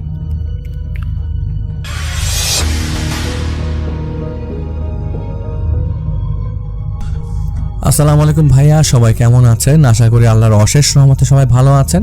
আমি শাহপরান। আজ জিহাদ হুজুরের ঘটনা নিয়ে আবারও আপনাদের সামনে হাজির হলাম, যেটি তার পক্ষ হতে কষ্ট করে আমাকে পাঠিয়েছেন রিয়াজ ভাই। জিহাদ হুজুরের অনুযায়ী যেভাবে তিনি বলেছেন সেভাবে বলছি। একদিন আমি কাজ করার জন্য গাজীপুরের কোনো একটা জায়গায় যাই। আমি যে বাসায় কাজ করতে যাই সে বাসার বর্ণনাটা ঠিক এমন যে বাসাটা অনেক বড়, 6 তলা ফ্ল্যাটের বাসা। বাসার চারপাশে নানান রকমের ফুল ফলের গাছপালা লাগানো, বাড়ির ভেতরে সিসি ক্যামেরা লাগানো, আর বাসা পাহারা দেওয়ার জন্য একজন সিকিউরিটি গার্ড রাখা আছে। যাই হোক, আমি যখন বাসার ভেতরে ঢুকতে যাব তখন সিকিউরিটি গার্ড আমাকে ভেতরে ঢুকতে দিল না। আমি জিজ্ঞেস করে আমি কার বাসায় এসেছি আমাকে জিজ্ঞেস করা হয় এবং আমি কার কাছে যাব। তখন আমি সিকিউরিটি বললাম আমি রমজান সাহেবের বাসায় যাব। উনি আমাকে ওনার একটা দরকারি কাজে আসতে বলেছেন। রমজান সাহেব হলেন এই বাসার মালিকের নাম। সিকিউরিটি সাহেব রঞ্জন সাহেবকে ফোন দিয়ে আমার কথা জানালেন। তখন রঞ্জন সাহেব আমাকে ভেতরে পাঠাতে বলে। সিকিউরিটি গার্ড আমাকে ভেতরে যেতে দিল। আমি মেইন গেট পার হয়ে ভেতরে আসার সময় তেমন কোনো সমস্যা অনুভব করিনি, কিন্তু যখনই মেইন গেট পার হয়ে বাসার সিঁড়িতে পা রাখবো ঠিক তখনই আমার শরীরটা কাঁপুনি দিয়ে ওঠে। আমার পেটের ভেতরটা হঠাৎ করে মোচড় দেয়। আমার মনে হতে থাকে কেউ বুঝি আমার পেটের ভেতরে হাত ঢুকিয়ে দিল। আমার পেটের নাড়ি ভুড়ি ছিঁড়ে এখনই বের করে ফেলবে। আমার মাথা ঘুরতে লাগলো, মনে হলো এক্ষুনি হয়তো গল গল করে আমি বমি করে দেব, কিন্তু বমি না আসছে না। খানিকক্ষণ সিঁড়ির সামনে ঘাপটি মেরে দাঁড়িয়ে রইলাম। পরে আস্তে আস্তে সিঁড়ি দিয়ে উঠে তাদের বাসার গেটের সামনে দাঁড়ালাম। কলিং বেল টিপ দিতেই যাব, ঠিক তখনই দেখি গেটটা খুলে গেল। আমি তাদের ঘরে প্রবেশ করি। ঘরে ঢুকতেই ডাইনিং রুম, ওখানে একজন ব্যক্তি বসে আছে। আমার কাছে মনে হলো ওয়াশরুম থেকে ফ্রেশ হয়ে আসলে হয়তো ভালো লাগবে, তাই তাকে উদ্দেশ্য করে জিজ্ঞেস করলাম, আপনার ওয়াশরুমটা কোথায়? সে দেখিয়ে দিল। আমি ওয়াশরুমের সামনে গেলাম। ওয়াশরুমে ঢোকার সময় দেখলাম ওয়াশরুমটা ভেতর থেকে লক করা। ওয়াশরুমের ভেতর থেকে পানি পড়ার শব্দ হচ্ছে। আমি ভাবলাম কেউ হয়তো ভেতরে আছে, ফ্রেশ হচ্ছে। আমি সেখানে দাঁড়িয়ে অপেক্ষা করছিলাম তার বের হওয়ার জন্য, কিন্তু প্রায় 15 থেকে 20 মিনিটের মতো পার হয়ে গেল। ওয়াশরুম থেকে কেউ বের হচ্ছে না। একটা সময় ওয়াশরুমের ভেতর থেকে পানি পড়ার শব্দ বন্ধ হয়ে যায়। তখন আমার পেছন থেকে সেই লোকটা এসে আমাকে ডাক দেয় আর বলে, হুজুর কি হলো, আপনি এখানে দাঁড়িয়ে কি করছেন? আমি আপনার জন্য সেই তখন থেকে অপেক্ষা করছি, কিন্তু আপনি আসছেন না দেখে আমি বাধ্য হয়ে আপনাকে এখানে দেখতে আসলাম। আপনি ঠিক আছেন তো? হুজুর বলল। আমি তখন সেই লোকটিকে আমার ওয়াশরুমে আসার পরের ঘটনাটি বললাম। তখন সেই লোকটি আমার কথা শুনে কিছুটা অবাকের ন্যায় বলল, কি বলেন হুজুর, ওয়াশরুমে কে যাবে? আমার বাসায় আমি, আমার ছোট মেয়ে আর আমার একজন কাজের লোক থাকে। আমার ছোট মেয়ে তার রুমে আছে, আর তাকে তো আমরা রুমে বন্ধ করে রেখেছি। আর কাজের লোকটি আমার সামনে কাজ করছিল, তাহলে ওয়াশরুমে থাকবে কে? আমি সেই লোকটার কথা শুনে দরজায় যখন হাত দিলাম যে দেখতে যাব দরজার ভেতর থেকে লক, ঠিক তখনই দরজাটা খুলে গেল। আমি ভেতরে দেখতে পেলাম ওয়াশরুমের কল থেকে টপ টপ করে রক্ত পড়ছে। মনে হচ্ছিল এই মাত্র আমি ঢোকার একটু আগেই কলটাকেও বন্ধ করে দিয়েছে। তখন আমি আর কোনো কথা না বাড়িয়ে ওয়াশরুম থেকে ফ্রেশ হয়ে সেই লোকটিকে নিয়ে ডাইনিং রুমে চলে আসলাম। তখন আমার পেটে প্রচণ্ড ব্যথা হচ্ছিল। তারপরও আমি সেখানে অনেক কষ্ট করে বসে থাকি আর সেই লোকটিকে বলি, আপনি তাহলে রমজান সাহেব? লোকটি তখন উত্তরে তার মাথাটা হালকা ঝাঁকিয়ে হ্যাঁ সূচক উত্তর দিল। আমি তখন তার সমস্যার ব্যাপারে জানতে চাইলাম আর সে বলতে শুরু করলো। উনি বলছেন, আমার পরিবার বলতে আমি আর আমার 2টা মেয়ে। বড় মেয়ে রিনার বিয়ে হয়েছে 2 বছর হলো, আর ছোট মেয়ে রিমা এবার সে ইন্টার সেকেন্ড ইয়ারে পড়ে। ওদের মা বেশ কিছু বছর আগে মারা গেছে। এখন আমি আর আমার ছোট মেয়ে বাসাতে থাকি আর কাজের লোক আছে। কিছুদিন আগে আমার ছোট মেয়ে রিমা বায়না ধরে যে সে তার বন্ধুদের সাথে কক্সবাজার যাবে। আমি প্রথমে রাজিই হই নাই, পরে ভাবলাম মা মরা মেয়ে একটা আবদার করেছে, তাই বেশি কিছু না বলে এক প্রকার বাধ্য হয়ে রাজি হয়ে যাই। সে তার বান্ধবীদের সাথে কক্সবাজার চলে যায়। 4 দিন পরে রিমা বাড়িতে ফিরে আসে। রিমার সাথে তার একটা বান্ধবীও আসে। সে রিমাকে বেহুশ অবস্থায় বাড়িতে নিয়ে এসেছিল। রিমার এই অবস্থা দেখে আমি অস্থির হয়ে তাকে জিজ্ঞেস করলাম, কি হয়েছে রিমার? তুমি রিমাকে এভাবে ধরে আনছো কেন? তখন রিমার বান্ধবী বলে, আঙ্কেল আগে রিমাকে ঘরে নিয়ে শুয়ে দিন, পরে আমি বলবো। আমি আর রিমা বান্ধবী নিয়ে ওর ঘরে শুয়ে দিলাম। পরে রিমার বান্ধবীকে জিজ্ঞেস করলাম, আমাকে সবকিছু বলো, কি হয়েছে রিমার সাথে? ওর বান্ধবী বলতে শুরু করলো, আঙ্কেল আমরা যেদিন কক্সবাজার গেলাম সেদিন পৌঁছানোর পরে আমরা যার রুমে চলে যাই। রুমে যাওয়ার পরে সবাই ফ্রেশ হয়ে ঠিক করলাম আজ বেশি দূরে কোথাও যাবো না, কাছাকাছি একটু ঘুরবো। কিন্তু রিমা বললো ওর জার্নি করাতে ওর শরীরটা বেশ ভালো লাগছে, বেশি ভালো লাগছে না, তাই সে এখন কোথাও যাবে না, নিজের ঘরে একটু ঘুমাবে। তাই আমরা রিমাকে সেখানে রেখেই ঘুরতে চলে যাই। ঘোরাঘুরি শেষে আমরা হোটেলে ফিরে এসে দেখি রিমা শীতে কাঁপছে। আমি রিমার কাছে যে ওর গায়ে হাত দিতে দেখি রিমার শরীরের জ্বরে পুড়ে যাচ্ছে। আমি তাড়াহুড়া করে নিচে এসে হোটেল ম্যানেজারের কাছ থেকে সেখানকার ডাক্তারের ফোন নাম্বার নিয়ে তাকে ফোন দিয়ে সবটা জানাই। কিছুক্ষণ পর ডাক্তার এসে জ্বর মেপে ওষুধ দিয়ে যায় আর তার খেয়াল রাখতে বলে। আমরা ডাক্তারের পরামর্শ অনুযায়ী ওষুধ খাই রাতে ঘুম পাড়িয়ে দিই। হঠাৎ রিমার চিৎকার পেয়ে আমাদের ঘুম ভেঙে যায়। আমরা রিমার কাছে কারণ জানতে চাইলাম। রিমা বলল, আমার ঘুম ভাঙে ওয়াশরুমে যাওয়ার জন্য। আমি উঠি, ওয়াশরুম যাওয়ার জন্য নিচে নামবো, তখন দেখি ওয়াশরুমের লাইট জ্বলছে।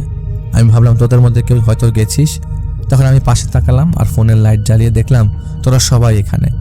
আমি কিছুটা ভয় পেয়ে আবার ওয়াশরুমের দিকে তাকালাম, দেখলাম লাইটটা বন্ধ। আর একটা মানুষের ছায়া ওয়াশরুমের দিক থেকে বের হয়ে রুমের দরজা ভেদ করে বের হয়ে গেল। আমি সেটা দেখে অনেক বেশি ভয় পেয়ে যাই। ভয় পেয়ে চিৎকার দিয়ে তোদের কাছে জানাই যে তোরা আছিস কিনা।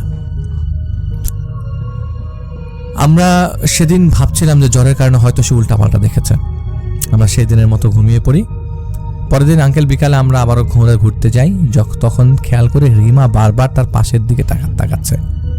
আমি তার কারণ জানতে চাইলাম, রিমা তুই পাশে তাকাচ্ছিস কেন বারবার? বলে ওই যে দেখ আমাদের সাথে কালো বিড়াল হাঁটছে, দেখতে পাচ্ছিস? আমি তখন রিমার কথা শুনে রিমা যেদিকে দেখাচ্ছিল সেদিকে তাকালাম, কিন্তু আমি আসলে কিছুই দেখতে পাইনি।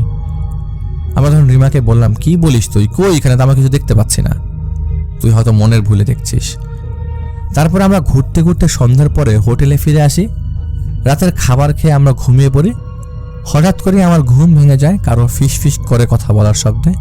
আমি জেগে দেখি রিমা জানালা দিয়ে কারোর সাথে কথা বলছে আর হাসছে। আমি রিমাকে ডাক দিতে রিমা হক চকিয়ে যায়, সাথে সাথে জানালা লাগিয়ে দিয়ে খাটে এসে বসে পড়ে। তখন আমি রিমাকে বললাম, কি রে তুই কার সাথে কথা বলছিলি? তখন রিমা বলল, আর বলিস না রে, হৃদয় আসছিল এখানে আর আমি তার সাথেই কথা বলছিলাম। রিমার এই কথা শুনে আমার আকাশ থেকে পড়ার মতো অবস্থা। হৃদয় এখানে আসবে কোথা থেকে? আর মানলাম আসছে, তাহলে জানালা দিয়ে কথা বললো কিভাবে? আমাদের হোটেলের রুম 4 তলায়, এই 4 তলা জানালা দিয়ে একজন মানুষের পক্ষে কিভাবে উঠে এসে কথা বলা সম্ভব? সেদিনের মতো আর কোনো কথা না বলে রিমাকে ঘুমাতে বলে আমরাও ঘুমিয়ে পড়ি। পরের দিন আমরা রাতে ঘুমিয়ে পড়ি। হঠাৎ আমাদের সবার ঘুম ভেঙে যায় দরজা খোলার শব্দে। জেগে দেখি রিমা দরজা খুলে বাইরে চলে যাচ্ছে। রিমাকে ধরে আনার চেষ্টা করি, কিন্তু কিছুতেই ও ঘরে আসছিল না। পরে কোনো রকম এনে ওকে জিজ্ঞাসা করি, কি রে কোথায় যাচ্ছিলি? রিমা বলে, আমি ঘুমিয়েছিলাম। তখন ইমা এসে আমাকে ডাক দেয় আর বলে, চল বাইরে যাই, একটু ঘুরে আসি। তাছাড়া আজকের বাইরের দৃশ্যটা অনেক সুন্দর। আমি ইমার কথা মতো বাইরে যেতে লাগি আর তোরা আমাকে ধরে ফেললি। আমাকে ধরার সাথে সাথে ইমা অদৃশ্য হয়ে গেল। এবার আমরা রিমার কথা শুনে অবাক হয়ে যাই, কারণ ইমা তো তখন আমাদের সবার সাথে ঘুমিয়েছিল। তখন আমরা বুঝতে পারি এটা সাধারণ কোনো সমস্যা না। এর পরদিন সকালে আমরা সেখানকার একজন স্থানীয় হুজুরের কাছে যাই আর রিমার সাথে ঘটনা খুলে বলি। হুজুর সবটা শুনে পানি পড়াতে। পানি পড়া খাওয়ার পর থেকে রিমা সেদিন থেকে সুস্থ ছিল, আর কোনো সমস্যা হয়নি। তো আমরা যেদিন চলে আসবো সেদিন আসার সময় আমরা বাসে উঠি, আর বাসে ওঠার পর থেকে রিমা বলছিল, তোরা কোনো গন্ধ পাচ্ছিস? তখন আমরা বললাম, না, কোথার থেকে গন্ধ পাবো? তারপরে বাস ছেড়ে দেয়, রিমা বমি করতে শুরু করে। বমি করতে করতে রিমা একটা সময় ক্লান্ত হয়ে পড়ে যায়, যার জন্য আমরা রিমাকে বাসায় ধরে নিয়ে আসি। আপনি যদি পারেন ভালো কোনো আলেম এখানে রিমাকে দেখান।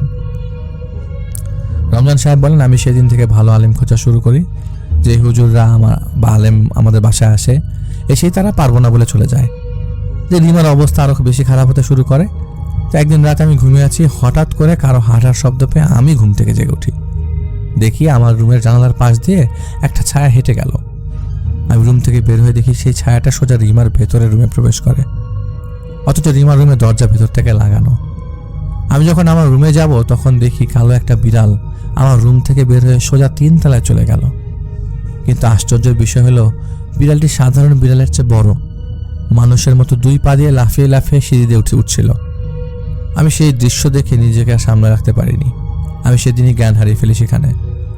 পরদিন আমার জ্ঞান ফিরলে আমি জানতে পারি আমার কাজের লোক আমাকে যখন ডাকতে আমার ঘরে যায় তখন নাকি আমি ঘরে ছিলাম না। পরে সে খুঁজতে পায় হচ্ছে রিমার ঘরের সামনে। আমি সেখানে জ্ঞান হারিয়ে পড়েছিলাম। আরেকদিন রাতে আমি ওয়াশরুমে যাওয়ার জন্য বের হই, তখন দেখি কিচেনে লাইট জ্বলছে। আমি কিচেনে যাই, সেখানে গিয়ে দেখি রিমা ফ্রিজ থেকে মাংস চিবিয়ে খাচ্ছে। আমি রিমাকে টান দিতেই রিমা আমাকে ধাক্কা মেরে ফেলে দেয় আর আমার বুকের উপর চেপে বসে। আমাকে বলে যে, তুই কি আমাকে খেতে দিচ্ছিস না কেন? আমার খাওয়া নষ্ট করছিস। আমি তোর মেয়ের কলিজা খাবো। তোদের মতো জানোয়ারের কলিজা খেতে স্বাদ বেশি। অনেকদিন ধরে মানুষের কলিজা খাওয়া হয় না। এ বলে রিমা আমার উপর থেকে নেমে যায়। আমি সেখান থেকে উঠতে যাব, কিন্তু শক্তি পাচ্ছিলাম না। রিমা হাতে ছুরি নিয়ে আমার দিকে তখন এগিয়ে আসছিল। এমন সময় ফজরের আজান দিয়ে দেয় আল্লাহর রহমতে, আর রিমা সেখানেই জ্ঞান হারিয়ে পড়ে যায়। জ্ঞান আসার পর রিমাকে জিজ্ঞাসা করা হলে বলে ও কিছুই জানে না। পরের দিন রাতে আমরা ঘুমিয়েছিলাম, তখন আমি ঘুমের মাঝে দেখছিলাম রিমার ঘর থেকে একটা কালো বিড়াল বেরিয়ে আসলো। আস্তে আস্তে সেই বিড়ালটা একটা কালো অবয়ব রূপ ধারণ করে আর আমার রুমের ভেতর প্রবেশ করে। আমাকে উদ্দেশ্য করে বলে যে তুই যতই চেষ্টা করিস আমাকে এখান থেকে সরাতে পারবি না, আমি যেটা চাই আমি সেটা নিয়ে যাই, তোর মেয়েকে নিয়ে যাব। আমি সেই অবয়বটাকে জিজ্ঞেস করি কি এমন করেছে আমার জন্য যে আমার আর আমার মেয়ের ক্ষতি করতে চাচ্ছেন? আল্লাহর দোহাই লাগে আমাদের ছেড়ে দেন, আমাদের যদি কোনো ভুল হয়ে থাকে আমাদের মাফ করেন। তখন সেই অবয়বটা অট্ট হাসিতে ফেটে পড়ে আর আমার ঘুম ভেঙে যায় এবং সে অবয়বটা অদৃশ্য হয়ে যায়। এখন হুজুর দেখেন আপনি চেষ্টা করেন কিছু করতে পারেন কিনা। যেহেতু বলছেন যে আমি রমজান সাহেবের কথা শুনে বললাম আচ্ছা ভাই আপনার সব কথা শুনলাম আর আমার শরীরটা আজকে এমনিতেও ভালো না, আমি কাল আসবো, এই পর্যন্ত আপনাদের কিছু আমল দিয়ে যাই, সেগুলো করতে থাকেন, দেখা যাক ইনশাল্লাহ। তো রমজান সাহেব আমাকে রাতে খেয়ে আসতে বললো, কিন্তু তখন আমার পেটের ব্যথা আরও বেড়েই যাচ্ছিল। তা আমি আর দেরি না করে সেখান থেকে বের হয়ে যাই। রাস্তায় বের হয়ে কোনো গাড়িও পাচ্ছিলাম না, এদিকে আমার পেটের ব্যথা বের হয়ে যাওয়ার কারণে আমি হাঁটতেও পারছি না। তখন দেখতে পেলাম রাস্তার এক পাশে একটা বেঞ্চ বসানো আছে, গাড়ি না পাই আমি সেখানে যেয়ে বসি। আমার মাথাটা তখন ঝিমঝিম করছিল, পেটের ভেতর থেকে সব উল্টে পাল্টে যাচ্ছে, কেমন জানি চারপাশ অন্ধকার হতে শুরু করলো। তারপরে আমার আর কিছু মনে নেই, ফজরের আজানের সময় শুনতে পেলাম আমার বাবার কণ্ঠ, আমার নাম ধরে ডাকছে, জিহাদ, এই জিহাদ ঘুম থেকে ওঠ, বাবা মাদ্রাসায় যেতে হবে। আমি দেখলাম আমি আমার শৈশবকালে চলে এসেছি। আমি ঘুম থেকে উঠে ফ্রেশ হয়ে কাজা নিয়ে বের হলাম। আমার মা আমাকে পটলাই করে মুড়ি আর গুড় দিল, আমি সেটা নিয়ে মাদ্রাসায় গেলাম। মাদ্রাসায় যে দেখতে পেলাম আমার সেই মাদ্রাসায় পড়ানো আমার পছন্দের সেই হুজুরের চেহারা, যিনি মাদ্রাসার সকল ছাত্রদের পড়াচ্ছেন। মাদ্রাসা ছুটি হলো, আমি বাসায় চলে আসলাম। তারপরে আমি চলে গেলাম আমাদের সেই শৈশবের খেলার জায়গা, সেই বট গাছের নিচে। সেখানে গিয়ে আমি বসে আছি, হঠাৎ আমার চারপাশ থেকে ভেসে আসতে থাকে গাড়ির হর্নের শব্দ, যার শব্দ আমার কানে এসে বাজে। হঠাৎ আমার সব কিছু অন্ধকার হয়ে যায়, আমি আমার কাঁধে কারো হাতের স্পর্শ অনুভব করি, আমার চারপাশের পরিবেশ পাল্টাতে থাকে। আমি দেখতে পাই আমি সেই রাস্তার পাশের বেঞ্চে বসে আছি আর আমার পাশে দাঁড়িয়ে আছে আমার সেই ভাইজিন। তখন সে আমাকে বলে, শয়তান তোমার সাথে মায়ার খেলা খেলছে, মায়ার জালে আটকে পড়লে চলবে না, এখন বাসায় যাও, আমি তোমার সাথে পরে কথা বলবো। আমি বাসায় ফিরে আসলাম, সারাদিন একটু ক্লান্তি ভাব লাগছিল। রাতে সেই ভাই আসলো, ভাইজিন আসলো। তখন আমি বললাম আমি তো অসুস্থ হয়ে পড়েছি, হয়তো রমজান সাহেবের এই কাজ করতে পারবো না। তখন সেই ভাইজিন বলল আমাকে, এখনই হতাশ হলে চলবে না, আল্লাহর উপর বিশ্বাস রাখো, তিনি তোমাকে উত্তম পথ বের করে দিবেন। আমি মনে মনে জোর পেলাম এবং বললাম ইনশাআল্লাহ আমার রবি আমাকে উত্তম পথ দেখাবেন। পরদিন আমি রিমাদের বাসায় যাই। রমজান সাহেবের কাছ থেকে রিমার কোন রুমে থাকে জেনে নেই। আমি রিমার রুমে প্রবেশ করলাম। রিমা রুমে ঢুকলেই দেখি যে রিমা উল্টা হয়ে ঝুলে আছে, চোখগুলো লাল বর্ণ আকার ধারণ করেছে, মনে হচ্ছে চোখ ফেটে রক্ত এখনই গড়িয়ে পড়বে। আমার দিকে তাকিয়ে হাসছে। একটা সময় সে আমার চারপাশে ঘুরতে থাকে আর হাসতে থাকে। হাসতে হাসতে রিমা আমাকে উদ্দেশ্য করে বলে, কি রে তুই আমার কি করবি? তোর মতো কত আসলো গেল, কেউ তো আমার কিচ্ছু করতে পারেনি, তুইও পারবি না। তখন হুজুর তার মতো করে দোয়া পড়তে থাকে। দোয়া পরে যখনই রিমার মাথায় হাত দিতে যাবে ঠিক তখনই রিমা একটা জোরে ধাক্কা দিল আমাকে। আমি ছিটকে যে দেয়ালের সাথে বাড়ি খেলাম। কোনোরকম উঠে বসলাম, সামনের দিকে তাকালাম, দেখলাম রিমার শরীর থেকে সে অবয়বটা বের হয়ে গেছে, জানালা দিয়ে লাফিয়ে চলে গেল। আমি আমার পাশে তাকালাম, দেখলাম আমার পাশে দাঁড়িয়ে আছে সেই ভাইজিন। আমি কোনো মতে দাঁড়ালাম। পরে ভাইজিন বললো যে আচ্ছা চলো আজ এখানে তোমার কোনো কাজ নাই, যা করার করে দিয়েছি। আমি বাসায় যাওয়ার জন্য বের হই আর রমজান সাহেবকে বলি আমি আবার পরে আসব। আমি বাসা থেকে বের হলাম। বাসায় যাওয়ার সময় রাস্তার পাশ দিয়ে হেঁটে যাচ্ছিলাম। হঠাৎ আমার মনে হচ্ছিল আমার পাশাপাশি আরও কেউ হাঁটছে। আমি পাশে তাকালাম, দেখলাম একটা সাদা বিড়াল দৌড়ে পালাচ্ছে আর একটা কালো অবয়ব সে বিড়ালকে ধরার জন্য দৌড়াচ্ছে। একটা সময় অবয়বটা বিড়ালকে ধরে ফেলে এবং এক টানে ছিঁড়ে দুই ভাগ করে ফেলে। আমি অনেকটা ভয় পেয়ে যাই, সেখানে দাঁড়িয়ে পড়ি। তখন আমার ভাইজিন আমার কাঁধে হাত রেখে বলে, এগুলো সব শয়তানের মায়া, ওদিকে তাকাতে হয় না, ও তোমার ক্ষতি করতে চায়, ওর যা ইচ্ছা হয় তাই করুক, তুমি সেগুলো এড়িয়ে যাও এবং আল্লাহর উপর ভরসা করে বাসায় ফেরো। আমি আল্লাহর রহমতে বাসায় চলে আসি। রাতে আবার ভাইজিন আসলো। আমি তাকে জিজ্ঞেস করি, আচ্ছা রমজান সাহেবের বাড়িতে যেই শয়তান আছে তারা কেন তাদের পেছনে পড়েছে, কেন তাদের ক্ষতি করতে যাচ্ছে? তখন তিনি বলেন, ওদের বাসায় সাধারণত কোনো শয়তান আসে নাই, ওখানে যে শয়তান আছে সে একটা আদমখোর। আমি তখন জানতে চাইলাম এই আদমখোর এখানে আসলো কিভাবে। তখন ভাইজিন বলে যে সে আদমখোর এখানে নিজ ইচ্ছায় আসেনি, তাকে পাঠানো হয়েছে রিমা আর তার বাবার ক্ষতি করার জন্য। তাদেরকে জাদু করা হয়েছে। রমজান সাহেবের বাসার পেছনে একটা পুরানো কবর আছে, সেই কবরের ভেতরে একটা তাবিজ গেড়ে রাখা আছে। সেগুলো ফজরের আগেই, আজকের ফজরের আগেই নষ্ট করতে হবে। আমি তখন বললাম আমি কি একা কাজ করতে পারবো?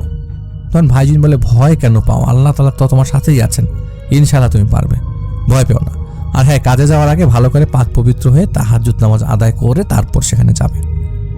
আমি রমজান সাহেবের বাসার কাছে তোমার জন্য অপেক্ষা করব। আমি তাহাজ্জুদ নামাজ আদায় করলাম, সেখানে যাওয়ার জন্য রওনা দিলাম। আমি হাঁটছি সেই রাস্তার পাশ দিয়ে, হঠাৎ আমার কানে ধপ করে কিছু পড়ার শব্দ আসে। আমি পাশে তাকালাম, তখন আমি দেখতে পাই আমার পাশে যেই ফাঁকা মাঠ আছে সেই মাঠের ভেতরে কেউ একজন দৌড়ে পালাচ্ছে, আর তার পেছনে কালো 3 জন অবয়ব হাতে ধারালো রামদা নিয়ে তাড়া করছে। সেই লোকটি যান বাঁচানোর জন্য প্রাণপণে দৌড়াচ্ছে, কিন্তু একটা সময় সেই অবয়বগুলো সেই লোকটাকে ধরে ফেললো। 2 জন অবয়ব সেই লোকটিকে মাঠের মধ্যে শুইয়ে দিল। একজনের হাত আরেকজন পা শক্ত করে মাটির মধ্যে চেপে ধরলো।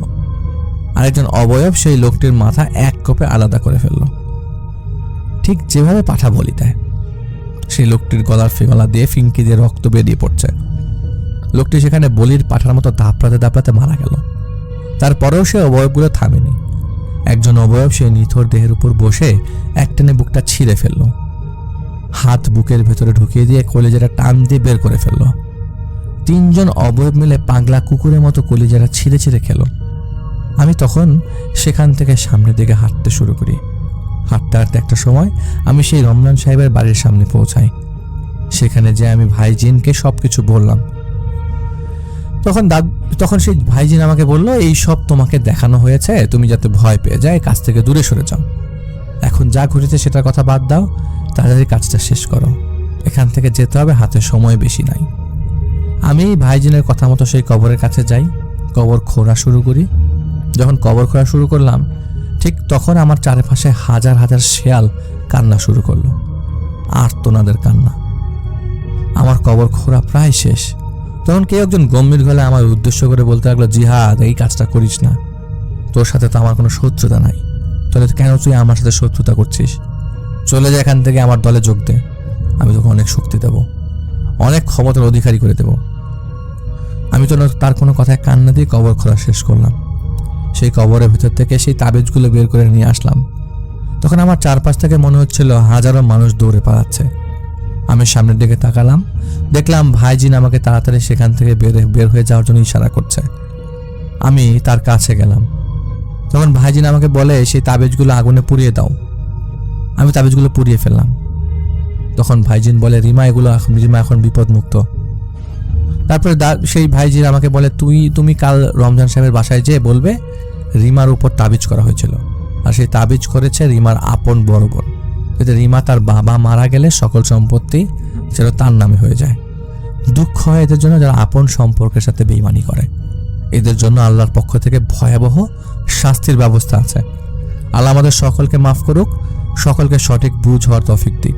তুমি কাল রিমাদের বাসায় যাবে এবং গিয়ে বলবে রিমা এখন থেকে বিপদমুক্ত, আল্লাহর রহমতে কোনো সমস্যা হবে না, আর তাদেরকে বলে দিবে বেশি বেশি যেন আল্লাহর ইবাদত করে।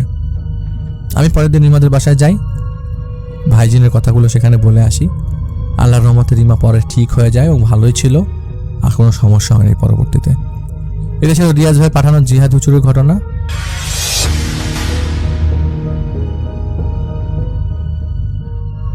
আসসালামু আলাইকুম ভাইয়া, কেমন আছেন? ভাইয়া, মানুষ সাধারণত রাতের বেলা রাস্তা হারায়, কিন্তু যদি এমন কিছু হয় যে আপনি নিজের বাড়ির ভেতরেই পথ হারিয়ে ফেলেন, এরকম একটা ঘটনা পাঠিয়েছেন একজন ইলেকট্রিশিয়ান ভাই, যিনি একটা পুরনো জমিদার বাড়িতে কাজ করতে গিয়ে এমন কিছু দেখেছিলেন যা আজও তাকে ঠিকঠাক ঘুমাতে দেয় না। এই গল্পটা শুধু ভূতের গল্প না, এটা একটা বাড়ির গল্প, যে বাড়ি মানুষকে ভেতরে নেয় কিন্তু সবাইকে সহজে সেই বাড়ি থেকে বের হতে দেয় না।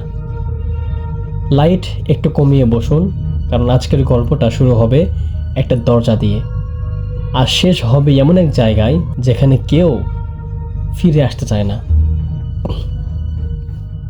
আজকের ঘটনা পাঠিয়েছেন সিরাজ ভাই কিশোরগঞ্জ থেকে। এই ঘটনা 2022 সালের ঘটনা। তিনি ঠিক যেভাবে লিখেছেন আমি সেভাবে পড়ার চেষ্টা করব। তিনি লিখেছেন, আমি তখন পেশায় ইলেকট্রিশিয়ান ছিলাম। বিভিন্ন পুরনো বাড়ি, অফিস, দোকানের লাইট ঠিক করাই আমার কাজ ছিল। একদিন দুপুরবেলা আমার কাছে ফোন আসে। একজন লোক বলে একটা পুরনো জমিদার বাড়িতে নতুন রিসোর্ট করার কাজ চলছে। বাড়ির ভিতরের সমস্ত লাইন ঠিক করতে হবে, পারিশ্রমিকও ভালোই দেওয়া হবে। আপনি কি রাজি আছেন? আমিও নির্দ্বিধায় রাজি হয়ে গেলাম। পরদিন বিকেলে সেখানে পৌঁছালাম। পৌঁছানোর পরে যখন আমি প্রথমবার দেখলাম বাড়িটা, একটু অদ্ভুত মনে হলো।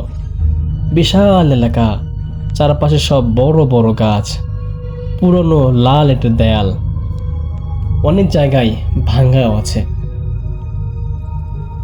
দূর থেকে সেই বাড়িকে দেখে মনে হচ্ছে যেন বহু বছর ধরে কেউ এখানে বসবাস করে না। কিন্তু আশ্চর্যের বিষয় হলো ভিতরে কাজ চলছে। 2-3 জন শ্রমিক, একজন কেয়ারটেকার আর সেই লোক যে আমাকে গতকালকে ফোন করেছিল। লোকটার নাম ছিল নাসির সাহেব। তো নাসির সাহেব আমাকে নিয়ে ভিতরে ঢুকলো এবং হাঁটতে হাঁটতে বলল, আপনাকে একটা কথা আগেই বলে রাখি ভাই। আমি হেসে বললাম, হ্যাঁ বলেন, সমস্যা নেই। সে একটু থেমে বলল যে পশ্চিম পাশের করিডোরে যাবেন না। আমি অবাক হলাম, কেন? সে উত্তর দিল, না, শুধু বলল যে ওই পাশে কাজ বন্ধ। আমি বেশি কিছু ভাবলাম না, কাজ শুরু করলাম। বাড়ির ভেতরটা অদ্ভুত সুন্দর ছিল। উঁচু ছাদ, বড় বড় জানালা এবং দেয়ালে ছিল পুরনো কিছু ছবি। কিন্তু পুরো জায়গায় একটা স্যাঁতস্যাঁতে গন্ধ ছিল, যেন পুরনো কাপড় আর মাটির গন্ধ মিশে আছে। তো বিকেলের দিকে হঠাৎ করেই বৃষ্টি শুরু হয়, আকাশও কালো হয়ে ওঠে। কাজ করতে করতে প্রায় সন্ধ্যা হয়ে যায়। নাসির এসে বলে, আজ আর বের হওয়া যাবে না, রাস্তাও খারাপ। আজকে রাতটা আপনি এখানেই থেকে যান। আমি প্রথমে রাজি হইনি, কিন্তু বাইরে এত বৃষ্টি যে ফিরতে কষ্ট হতো, তাই আমি তার কথা মতো এই বাড়িতেই থেকে গেলাম। রাত 9টার দিকে সবাই খাওয়া শেষ করলাম। শ্রমিকরা নিচতলায় একটা রুমে ঘুমাতে গেল। আমাকে দেওয়া হলো 2তলার একটা ঘর। ঘরটা মোটামুটি ঠিকঠাকই ছিল, শুধু একটা ব্যাপারে খেয়াল করলাম যে ঘরের সামনে লম্বা একটা করিডোর ছিল আর করিডোরের শেষ মাথায় একটা বড় দরজা। যদিও সেখানে তালা দেওয়া আছে, পুরনো কালো দরজা।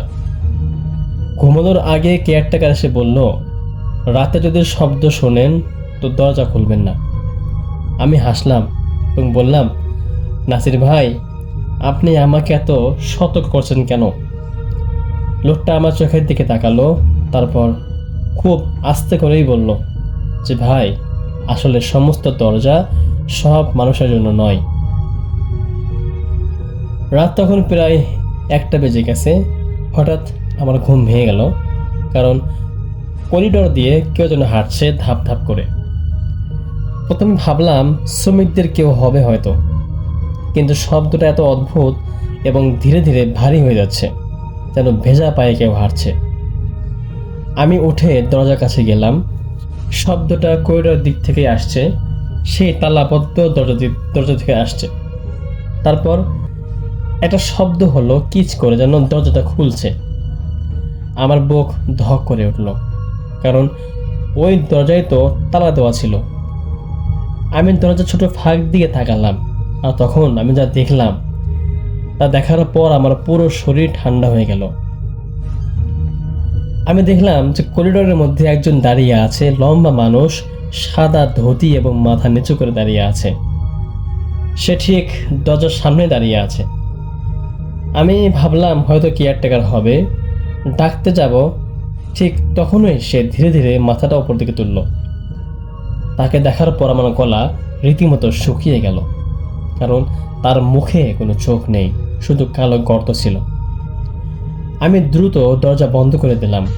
হৃৎপিণ্ড এত জোরে ধুকপুক করছিল যে মনে হচ্ছিল বাহির থেকেও শোনা যাবে। কিছুক্ষণ পর দরজায় টোকা, টক টক করে। আমি চুপ, আবার টোকা দিল। তারপর একটা গলা আসলো যে, লাইন ঠিক করতে এসেছো? আমার বুক তো ভয়ে কেঁপে উঠল, কেননা গলাটা ছিল মানুষের মতো না, আবার নাও। আমি কোনো উত্তর দিলাম না, কিন্তু কয়েক সেকেন্ড পর যা শুনলাম তা আমি এখনো ভুলতে পারিনি। কথাটা এবার বলল, দরজা খোলো, আমি এই বাড়ির মালিক। তারপর নিস্তব্ধতা অনেকক্ষণ থেকে। আমি ভাবলাম হয়তো সব শেষ হয়ে গেছে। ঠিক তখন ঘরের ভেতর থেকে আরেকটা শব্দ হলো, খুটখুট করে, আলমারির ভেতরে। আমি ভয়ে জমে গেলাম, কারণ আলমারি তো আমি নিজেই বন্ধ করেছিলাম। ধীরে ধীরে আলমারির দরজা খুলতে শুরু করলো, শব্দও হলো। ভেতর থেকে ঠান্ডা বাতাস আর অন্ধকার। হঠাৎ সেখান থেকে একটা হাত বের হয়ে এলো, অস্বাভাবিক লম্বা আঙ্গুল, কালো নখ। আমি আর সহ্য করতে পারলাম না, দরজা খুলে দৌড় দিলাম করিডোরের দিকে। কিন্তু বাইরে বের হয়ে বুঝলাম কিছু একটা ভুল। করিডোরটা বদলে গেছে। যেদিক দিয়ে এসেছিলাম ঠিক সেদিকে আর সিঁড়ি নেই, শুধু লম্বা করিডোর ছিল। একটার পর একটা দরজা ছিল, সিঁড়ি ছিল না। আমি দৌড়াতে লাগলাম, কিন্তু যতই দৌড়াই করিডোর শেষ হয় না। হঠাৎ একটা দরজা আধা খোলা দেখি, ভেতর থেকে আলো আসে। আমি নির্দ্বিধায় সেখানে ঢুকে পড়লাম। রুমে ঢুকেই থেমে গেলাম, কারণ এটা একটা পুরনো সময়ের ঘর। মোমবাতি জ্বলছে, পুরনো আসবাব, আর মাঝখানে কয়েকজন মানুষ দাঁড়িয়ে আছে। তারা সবাই আমাকে দেখছিল, কিন্তু কেউ কথা বলছে না। একজন বৃদ্ধ সামনে গিয়ে এলো, জমিদারের পোশাক পরে। সে বলল, নতুন লোক এসছো? আমি কাপা গলায় বললাম, আমি এখান থেকে বের হতে চাই। বৃদ্ধা হাসলো, এবং সে ছিল অদ্ভুত হাসি। তিনি বলল, এখান থেকে তো সবাই বের হতে চায়। তারপর আমি দেখলাম ঘরের এক কোণায় দাঁড়িয়ে আছে সেই চোখহীন মানুষটা। সে ধীরে বলল, আজকের রাতের কাজ শুরু হোক। হঠাৎ করেই পুরো ঘর অন্ধকার হয়ে গেল। চারপাশে মানুষের ফিসফিস, থাকো থাকো, এমন শব্দ। আমি প্রাণপণে কালিমা পড়তে লাগলাম। দৌড়ে বেরিয়ে এলাম। এরপর কি হয়েছিল আমি ঠিক পুরোটা মনে করতে পারছি না। সকালে জ্ঞান ফিরল বাড়ির বাইরে, কাদায় পড়েছিলাম। শ্রমিকরাও আমাকে ঘিরে দাঁড়িয়ে আছে। আমি কাঁপতে কাঁপতে সব খুলে বললাম, কিন্তু তখন কেয়ারটেকার যা বলল সেটা শুনে আমাদের সবার রক্ত হিম হয়ে গেল। সে বলল, পশ্চিম করিডোরটা বহু বছর আগে ভেঙে গেছে, ওখানে এখন কোনো দরজাই নেই। আমি থেমে গেলাম, কারণ আমি তো সেখান থেকে বের হয়ে আসছি। সবচেয়ে ভয়ঙ্কর ব্যাপার হলো, আমার ফোনে একটা ছবিও পাওয়া যায়। রাত তখন 1:38 তোলা। ছবিতে আমি দাঁড়িয়ে আছি ঠিক সেই করিডোরের সামনে।